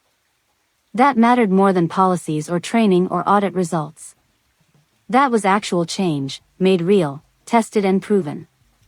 The notebook on her shelf had started this. One person's careful documentation of one person's systematic abuse. But it had grown into something larger. Systems that could address problems at any level. A culture where accountability applied to everyone. A workplace where suffering in silence was no longer the only option. Melissa Sterling had laughed 3 years ago. Had seemed untouchable. Had built success on others' pain. But someone had taken notes. And those notes had proven that everyone, eventually, could be held accountable. Even the powerful. Even the protected. Even the ones who seemed invincible. Justice was slow, imperfect, fragile. But when it worked, when systems actually functioned, when documentation led to accountability, it changed everything. By summer, the firm had settled into something that felt almost normal. Not the old normal, where power protected bad behavior and documentation meant nothing. But a new normal, where accountability was expected and systems generally functioned. She'd been in her organizational development role for 2 years now. The work had become less about crisis management and more about maintenance, updating policies, running training, monitoring culture metrics, addressing small issues before they became large ones. It was satisfying in a different way than the original documentation had been. Less dramatic, but more sustainable. In June, she received a request that caught her off guard. A law firm in Chicago was dealing with what sounded like a Melissa Sterling situation, a senior attorney systematically taking credit for associates' work, creating a hostile environment, protected by billable hours and client relationships. They'd heard about her work through industry channels and wanted to bring her in as a consultant. "We need someone who understands how to build a case that's comprehensive enough to overcome political protection," the HR director explained over the phone. "Someone who's actually done it." She agreed, partly out of curiosity and partly because she'd learned that these situations were everywhere. Different industries, different specifics, but the same fundamental patterns. Talented people being exploited by those with power. Systems failing to address it until the evidence became overwhelming. The Chicago firm was remarkably similar to her own company had been 3 years ago. Lots of policies that looked good on paper. Lots of people who knew about the problem but felt powerless to address it. Lots of junior staff suffering in silence because they assumed no one would believe them or care. She spent a week there, conducting interviews, reviewing existing documentation, examining their policies and complaint processes. The findings were familiar. The senior attorney's behavior had been going on for at least 5 years. Multiple people had tried to raise concerns, but the concerns had been dismissed or minimized. The attorney was a rainmaker, bringing in significant revenue, and the firm had decided that business value outweighed ethical concerns. "You have 3 choices," she told the managing partners in her exit presentation. "You can continue as you are, knowing that eventually someone will document this comprehensively enough to create legal liability. You can make superficial changes that look like accountability but don't actually address the behavior. Or you can genuinely investigate, follow the evidence, and enforce your stated values even when it's expensive. What would you recommend?" Genuinely investigate. Not because it's easy, but because the cost of not doing so keeps compounding. Every day you let this continue, you're creating more victims, more potential liability, and more cultural damage. And eventually, someone will document it all. The only question is whether you'll address it proactively or defensively. She left them with templates, documentation systems, recommendations for investigative processes. Whether they'd actually use them remained to be seen. But she'd learned that you couldn't force organizations to change. You could only provide the tools and information, and then they had to choose. Back at her own firm in July, she was approached by Jennifer from design. They'd stayed friendly after the Melissa Sterling situation, occasionally having lunch or coffee. "I have news," Jennifer said. "I'm leaving." That surprised her. Jennifer had been promoted after the investigation, was doing well, seemed happy. Not because of problems, Jennifer clarified quickly. "I got offered a creative director position at a startup. More money, more responsibility, more creative freedom. I'm excited." "That's great. Really. But I wanted to tell you something before I go." Jennifer pulled out her own notebook. Smaller than the one she'd kept, but similar in concept. "I started keeping this after everything happened. Not because I'm experiencing problems, but because I learned that documentation matters. That paying attention matters. That having a record can be the difference between being heard or being dismissed." "You've been documenting?" "Just normal work stuff. Who contributed what to projects, feedback I give and receive, my accomplishments with dates and details. Nothing dramatic. But when my manager wrote my performance review last month, she credited me with everything I'd actually done. No vagueness, no forgotten contributions. And when I negotiated for this new position, I had specific examples and outcomes to point to. The documentation made me powerful in a way I'd never been before. She understood what Jennifer was saying. The notebook had started as a defensive measure, a way to protect herself against theft and abuse. But it had become something else, a tool for claiming her own narrative, for ensuring her work was visible and acknowledged. I'm starting a documentation practice at the new company, Jennifer continued. Not secret, not defensive. Just standard practice. Everyone tracks their contributions, their growth, their accomplishments. Makes performance reviews more accurate, makes it easier to advocate for yourself, prevents the kind of credit confusion that lets people like Melissa thrive. That's brilliant. I learned from the best. Jennifer smiled. You showed us that paying attention and keeping records isn't paranoid or obsessive. It's professional. It's smart. It's how you protect yourself and others. Over the next few months, she heard similar stories from others who'd been part of the original network. David had started mentoring junior IT staff on documentation practices. Marcus was teaching research methodology that included careful attribution and record keeping. People who'd learned the hard way that documentation mattered were passing that lesson forward. The blog had grown beyond anything she'd anticipated. 15,000 monthly visitors now. Regular contributors sharing their own experiences and advice. Regional meetup groups forming where people could discuss workplace accountability in person. She'd been approached by publishers about turning it into a book, though she wasn't sure she was ready for that level of visibility. In September, she attended a conference panel on workplace ethics.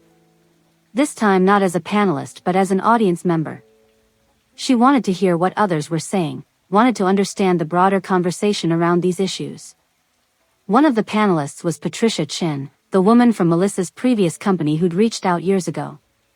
Patricia had rebuilt her career, was now in an HR leadership role at a different firm, and was speaking about systematic approaches to workplace accountability. The lesson I learned the hard way, Patricia said, is that you can't rely on one person to document and report misconduct. That's too much burden on individuals, and it makes change dependent on someone being brave or angry enough to take enormous personal risk. Instead, we need systems where documentation is routine, where accountability is distributed, where addressing problems is everyone's responsibility. She found Patricia afterward. They hugged, two people who'd been through similar experiences and come out the other side. I heard about what happened at your firm, Patricia said. The partner-level termination. That's remarkable. Genuinely remarkable. Most places wouldn't have had the courage. It was close. Could have easily gone the other way. But it didn't. And that matters. Every time a company chooses accountability over convenience, it makes it a little easier for the next company to do the same. Culture change is contagious, but it has to start somewhere. They talked for an hour about their respective work, about the challenges of maintaining cultural reforms, about how to help organizations before they reached crisis points. Patricia mentioned she was building a consulting practice focused on preventive interventions, helping companies address toxic behavior before it became systematic abuse. We should collaborate, Patricia said. You understand how to document and build cases.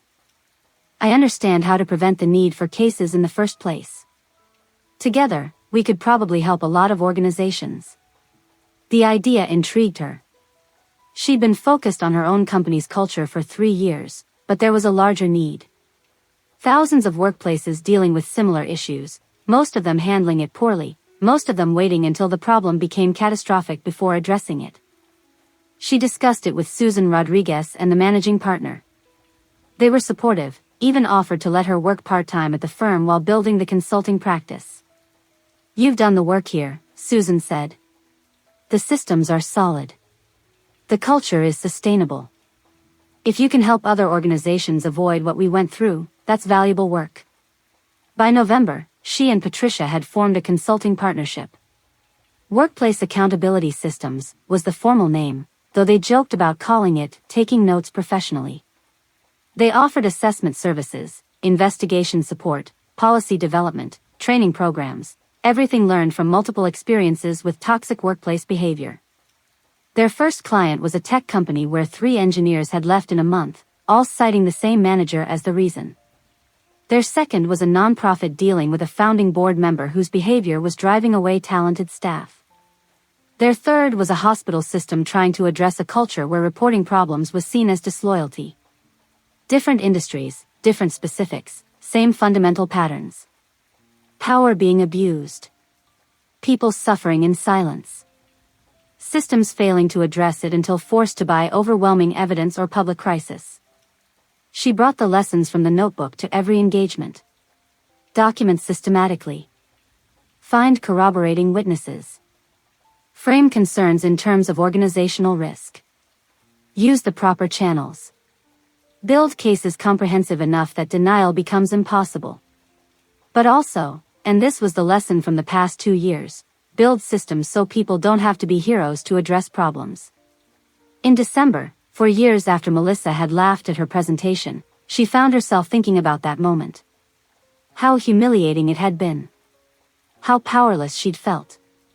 How certain she'd been that nothing would ever change, that people like Melissa would always win. She'd been wrong about that. Not because justice was inevitable or because good always triumphed, but because systematic attention and strategic action could create change. Slowly, imperfectly, with setbacks and complications, but genuinely. Melissa Sterling's career was over, at least in any prestigious capacity. The last she'd heard, Melissa was doing project management at a small regional firm, making a fraction of what she'd once earned. Not destroyed, but certainly diminished. And more importantly, unable to continue the pattern of theft and abuse that had defined her career. The notebook was still on her shelf, but she didn't look at it often anymore. It had done its work.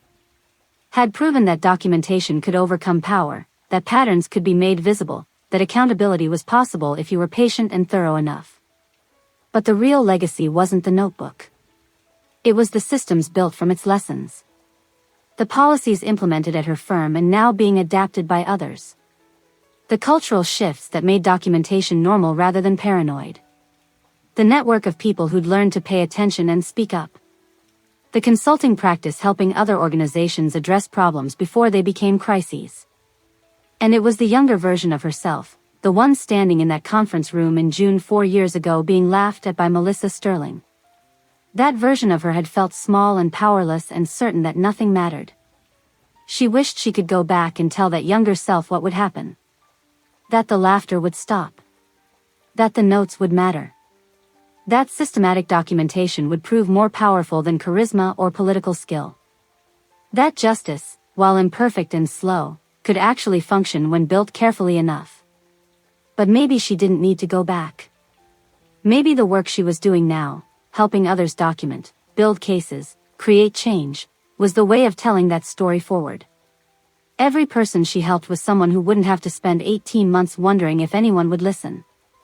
Every organization she consulted with was one where toxic behavior might be addressed before it destroyed careers. Melissa Sterling had laughed. And someone had taken notes. And those notes had changed everything, not just for her, not just for her company, but for everyone who learned from what happened. The trap had closed 4 years ago. But its lessons kept spreading, kept teaching, kept proving that attention and documentation and strategic patience could create accountability even when power said otherwise. That was the real revenge. Not Melissa's termination, though that mattered. Not the damage to her reputation, though that was deserved. The real revenge was building systems that made it harder for the next Melissa to operate.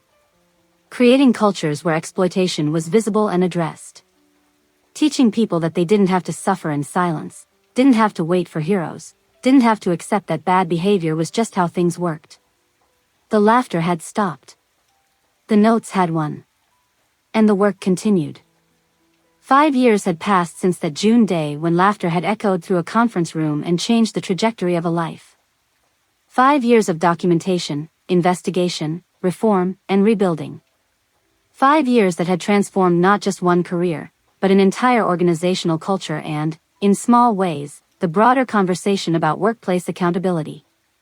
She sat in her office on a February morning, reviewing the annual culture audit results. Her office was larger now, she'd been promoted to Director of Organizational Culture the previous year, a role that didn't exist before she'd created it. The audit results were strong. Employee satisfaction up 12% from the previous year. Complaint resolution times down to an average of 8 days. Attribution and credit issues down 73% from 5 years ago. 0 cases of systematic misconduct identified. The reforms had held. More than held, they'd become embedded in how the company operated. New employees went through extensive training on documentation and attribution practices. Managers were evaluated not just on results but on how they achieved those results, on whether they gave credit appropriately, on whether they created psychologically safe environments. The policies she'd helped develop were now cited in industry publications as best practices. But she knew better than to be complacent. Culture was always fragile, always one bad hire or one protected executive away from backsliding. The work was never finished, just maintained. Her phone buzzed.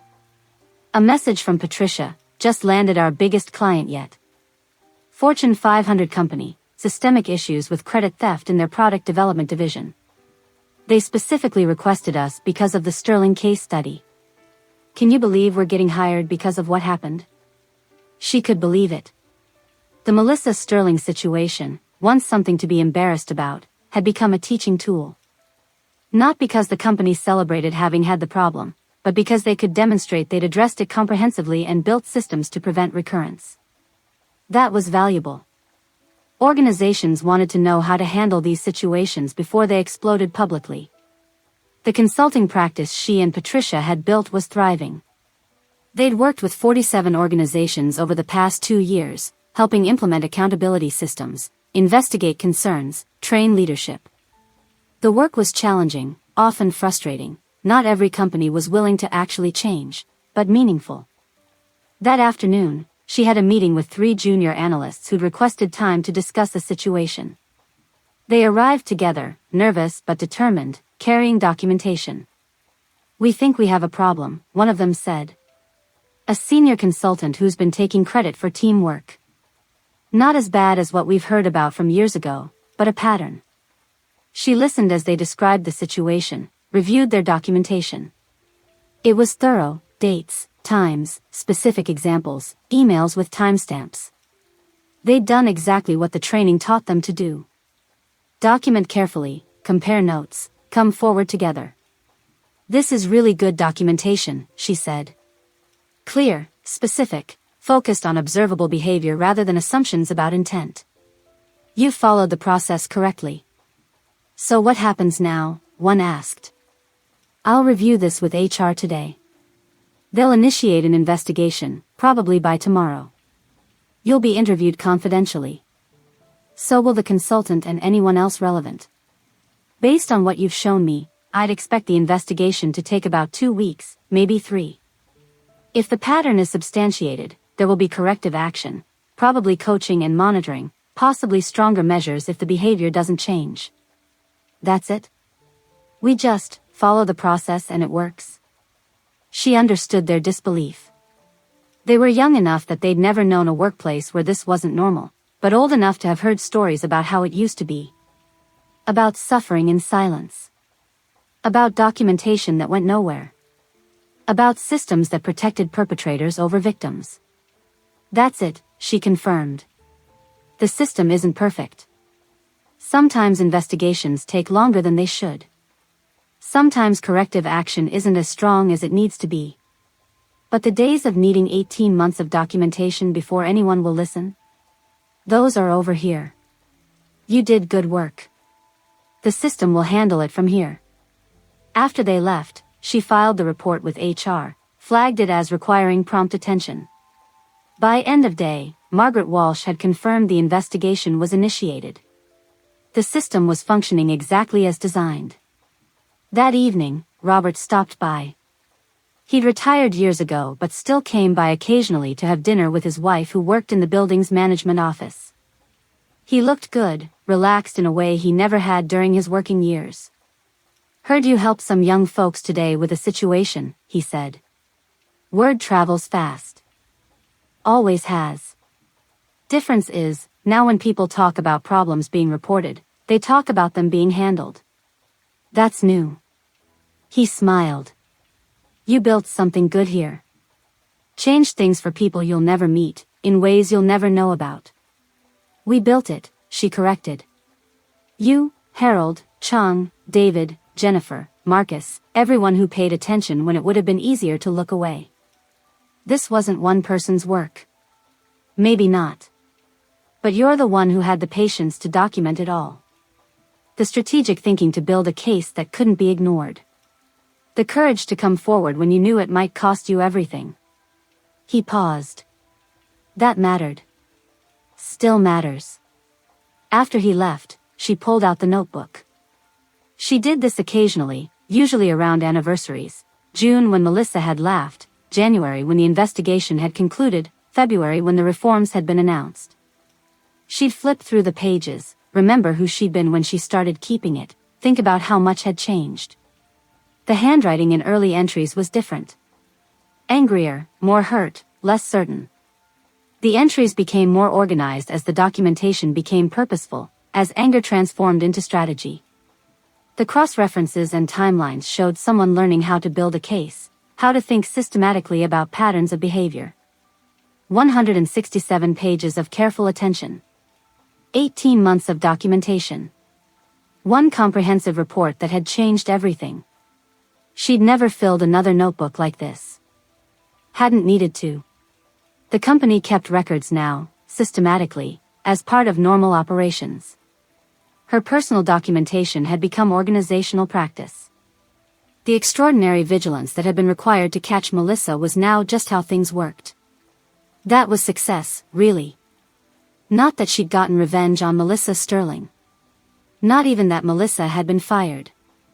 The success was that the systems now functioned. That junior analysts could document a problem for a few weeks and get it addressed. That invisible people like Robert were seen and valued. That cultural accountability was normal rather than radical. In March, she presented at a conference on workplace culture. The room was packed, over 300 people, HR professionals, organizational development specialists, employment lawyers, people trying to build better workplaces. She told the story, carefully anonymized, of systematic misconduct and comprehensive documentation. Of invisible networks and patient strategy. Of systems that had failed and systems that had been rebuilt. Of culture change that was fragile but possible. During Q&A, a woman stood up. Mid-30s, carrying herself with the careful professionalism of someone who'd learned to make themselves small. How do you start? She asked. When you're in that situation, when you know something's wrong but you feel alone and powerless, how do you even begin? She thought about herself 5 years ago. Standing in a parking garage, pulling out a fresh notebook, writing the date at the top of the first page. Not knowing where it would lead, just knowing that someone needed to pay attention. You start by taking notes, she said simply. Just notes. Dates, times, what happened, who was present. Nothing elaborate at first. Just the discipline of paying attention and recording what you see. Because most people don't document. They remember generally, but they don't have specifics. And specifics are what make patterns undeniable. And if no one listens? Then you keep documenting until you find someone who will. Or until you have enough evidence to make listening the only reasonable option. Or until you decide the place isn't worth staying at and you use your documentation to protect yourself on the way out. She paused. There's no guarantee of justice. But there's a guarantee that if you don't document, if you don't pay attention, if you don't try to build accountability, nothing will change. Documentation doesn't guarantee success, but the absence of documentation guarantees failure. After the conference, 12 people approached her with their own stories. Different industries, different specifics, same fundamental patterns. She gave them all the same advice: document systematically, find allies, understand the systems you're working within, frame concerns in terms of organizational risk, be patient but persistent. She didn't know if any of them would succeed. Didn't know if their organizations would listen, if their documentation would matter, if their situations would improve. But she knew they had better odds than she'd had 5 years ago. because the conversation had shifted. Because resources existed now. Because more people understood that workplace toxicity wasn't just unfortunate, it was addressable. In April, she received an email from an unknown address. She almost deleted it, thinking it might be spam. But the subject line caught her attention. 5 years later. She opened it. The email was from Melissa Sterling. I know you probably don't want to hear from me. I wouldn't blame you if you deleted this without reading. But I wanted to tell you something. I've spent the past 5 years in therapy, working through why I behaved the way I did. Why I thought taking credit for others' work was acceptable. Why I treated people cruelly when they threatened me. Why I built success on others' pain. I don't have great answers. Insecurity, maybe. Fear that if people knew the real me, saw my actual capabilities without the stolen polish, I wouldn't be enough. A childhood where love was conditional on achievement. A professional culture that rewarded results regardless of methods. None of that excuses what I did. But it explains it, maybe. I've made amends where I could. Reached out to people I hurt, apologized, tried to acknowledge the harm I caused. Some accepted. Some didn't. Some told me to never contact them again. I understood all those responses. I'm working at a small consulting firm now. Decent work, decent pay, nothing like what I had before. But I'm doing it honestly. Giving credit where it's due. Mentoring without exploitation. Building relationships without manipulation. It's harder than the old way. But I sleep better. I wanted to tell you that you were right. About everything. I was destroyed by my own behavior, not by documentation. The notes just made the behavior visible. And that visibility, painful as it was, is what finally forced me to examine who I'd become. I don't expect forgiveness. I don't deserve it. But I wanted you to know that the accountability you created, it worked. Not just in punishing me, but in forcing change. Real change. The kind that makes me a better person and, hopefully, makes workplaces safer for people who come after. Thank you for paying attention. For refusing to look away. For building something better from something terrible. I hope you're well. I hope the work you're doing is meaningful. I hope you found peace with what happened, the way I'm trying to find peace. Melissa. She read it 3 times. Looked for manipulation, for attempts to rewrite history, for anything that suggested this wasn't genuine. But it seemed sincere. Painful, honest, accountable. She didn't respond immediately. Took a week to think about whether to respond at all. Finally wrote back, brief and direct. I appreciate you taking accountability. That's harder than most people realize. I hope your therapy continues to be helpful. I hope you continue building an honest career. I hope you pay forward the lessons you learned, help create workplaces where the behavior you engaged in can't thrive. I don't forgive easily. The harm you caused affected too many people, caused too much pain. But I acknowledge that you're trying to do better. That matters. Keep taking notes on your own behavior. Keep documenting your growth.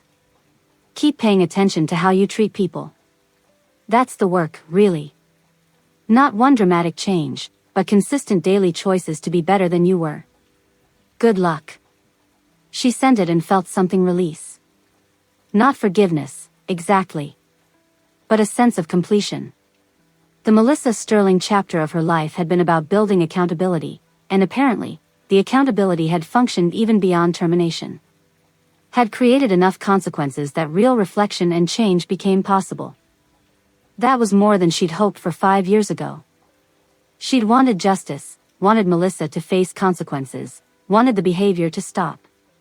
She'd gotten all of that. And apparently, years later, she'd also gotten something she hadn't expected, evidence that holding people accountable could lead to actual growth and change. By May, the junior analyst situation had been resolved. The senior consultant had been coached, placed on monitoring, required to attend training on collaborative work practices.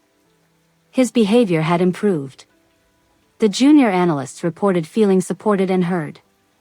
The system had worked. That same month, her consulting practice signed a contract with a national organization to develop standardized workplace accountability protocols. It was significant work, the kind that could influence thousands of workplaces across multiple industries. The kind of work that took lessons learned from one terrible situation and scaled them to prevent similar situations everywhere. In June, on the 5-year anniversary of the presentation where Melissa had laughed, the company held a culture celebration. It was a new tradition, started 2 years ago, where they acknowledged the work done to build and maintain a healthy workplace culture. The managing partner spoke about the journey, carefully not mentioning specific incidents but clearly referencing them. 5 years ago, we had a crisis. A crisis that revealed failures in our systems, our culture, our leadership. We could have responded defensively. Could have minimized the problems, protected the status quo, done the bare minimum to address concerns. But we chose differently. We chose to acknowledge failures, build better systems, create genuine accountability. And that choice has made us stronger. She was recognized during the celebration, though she'd asked not to be singled out. To everyone who contributed to our cultural transformation, to those who documented problems, who spoke up when it was risky, who helped build better systems, thank you. You've created something worth celebrating. Later that evening, she sat in her office as the sun set, casting long shadows across her desk. The notebook was on her shelf, a quiet reminder of where this had started. Of one person's careful attention transforming into systemic change. Of notes that had mattered more than she could have imagined. She pulled out her laptop and opened the anonymous blog one more time. One final post, she'd decided. A way of marking the anniversary and acknowledging the journey. 5 years after taking notes, reflections on workplace accountability and culture change. She wrote about the journey, the lessons learned, the systems built. About how documentation had been the foundation but not the endpoint. About how individual courage needed structural support to create lasting change. About how culture work was never finished, just maintained. She wrote about Melissa Sterling without naming her. About how even someone who'd caused tremendous harm could, with accountability and work, become someone different. About how justice wasn't just about punishment but about prevention and, when possible, transformation. And she wrote about hope. About how workplaces could be better, were getting better in small ways across multiple industries. About how every person who documented carefully, who spoke up bravely, who built accountability patiently contributed to a larger movement toward workplaces that valued people over politics, ethics over convenience, truth over performance. She ended with the thought that had sustained her through the hardest parts of the past 5 years. Change is possible. Not easy. Not guaranteed. Not quick. But possible.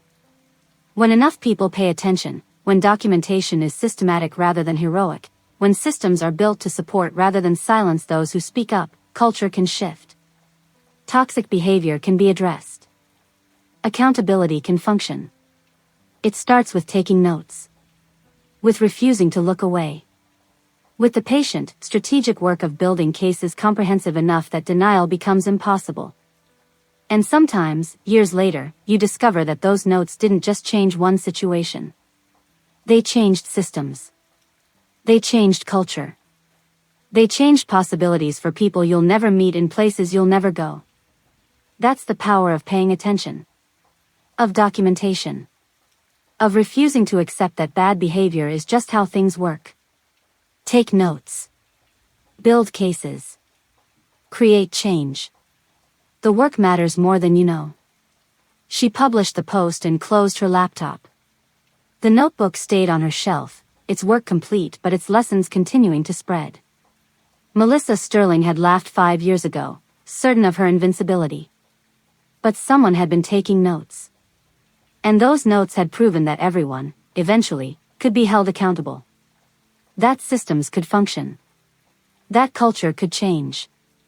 That justice, while imperfect and slow, was possible when built carefully enough. The laughter had stopped.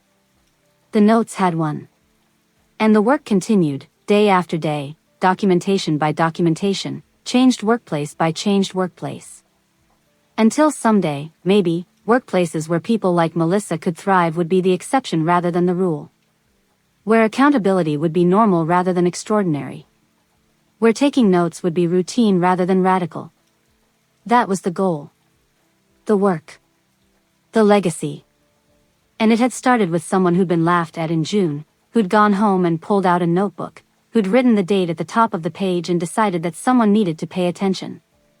That someone had been her. The notes had been hers. And the change they'd created belonged to everyone who'd learned from them, built on them, carried them forward into better workplaces and healthier cultures. The story that had begun with laughter ended with hope. With systems that functioned. With culture that valued accountability. With proof that one person's careful attention could ripple outward into change that outlasted any single situation. Melissa Sterling had laughed. And someone had taken notes. And everything had changed. 5 years feels like both forever and yesterday. Sometimes she still dreams about that conference room, about standing in front of colleagues while laughter echoed off glass walls. But the dream doesn't have the same power anymore. It's history now, not trauma. A story with an ending rather than an open wound. The notebook sits on her shelf, pages yellowed slightly with time, the handwriting inside a record of transformation. Not just Melissa Sterling's fall, but her own rise. The person who wrote those first angry entries wouldn't recognize the person she'd become, director of organizational culture, consultant to companies across industries, speaker at conferences, mentor to others navigating similar situations. But maybe that's not quite right. Maybe that earlier version of herself would recognize this exactly. Would see it as the logical outcome of refusing to look away, of documenting carefully, of building accountability patiently. Would recognize that the anger that filled those early pages had been transformed into something more useful, systems, policies, cultural change that would outlast any individual situation. She thinks sometimes about parallel universes. The version where she hadn't started documenting. Where she just absorbed the humiliation, found a different job eventually, moved on without ever addressing the pattern. In that universe, Melissa might still be destroying careers, stealing work, laughing at presentations. In that universe, the systems that enabled her would still be functioning unchanged. But that's not this universe. In this one, someone took notes. Someone paid attention. Someone built a case comprehensive enough that change became necessary. The work isn't finished. Culture maintenance is constant. New situations emerge that test whether the systems will hold. Power still tries to protect itself. Convenience still tempts organizations to look away. But the foundation is solid now. The structures are built. The lessons are being passed forward to people she'll never meet in places she'll never go. Patricia texted her yesterday, just helped a nonprofit fire a toxic ED before they could destroy the organization. Your documentation templates made the difference. Thank you for building this. Stories like that arrive regularly now. Evidence that the work ripples outward, that lessons learned from one terrible situation prevent countless others. Melissa Sterling exists somewhere out there, presumably continuing her therapy, building an honest career, trying to make amends for years of harm. She hopes that's true. Hopes the accountability actually led to growth. But ultimately, Melissa's story is Melissa's to write now. Her own story, the story of what happens when someone refuses to let bad behavior go undocumented, that story is complete. Or perhaps not complete. Perhaps just entering a new chapter. Because the work continues. Every documented incident, every resolved complaint, every cultural improvement, every person who learns that paying attention matters, that's the ongoing story. The one that started with laughter and transformed into systems, policies, hope. Until next time, remember, everyone has their story. Sometimes taking notes on yours can change everything, not just for you, but for everyone who comes after. Pay attention. Document carefully. Speak up strategically. Build accountability patiently. The notes you take today might matter more than you know. What about you? Have you ever experienced a situation where careful documentation made the difference between being dismissed and being heard? Or maybe you've witnessed workplace behavior that made you wish someone was paying attention. Share your thoughts in the comments. Sometimes knowing you're not alone in noticing these patterns is the first step toward addressing them.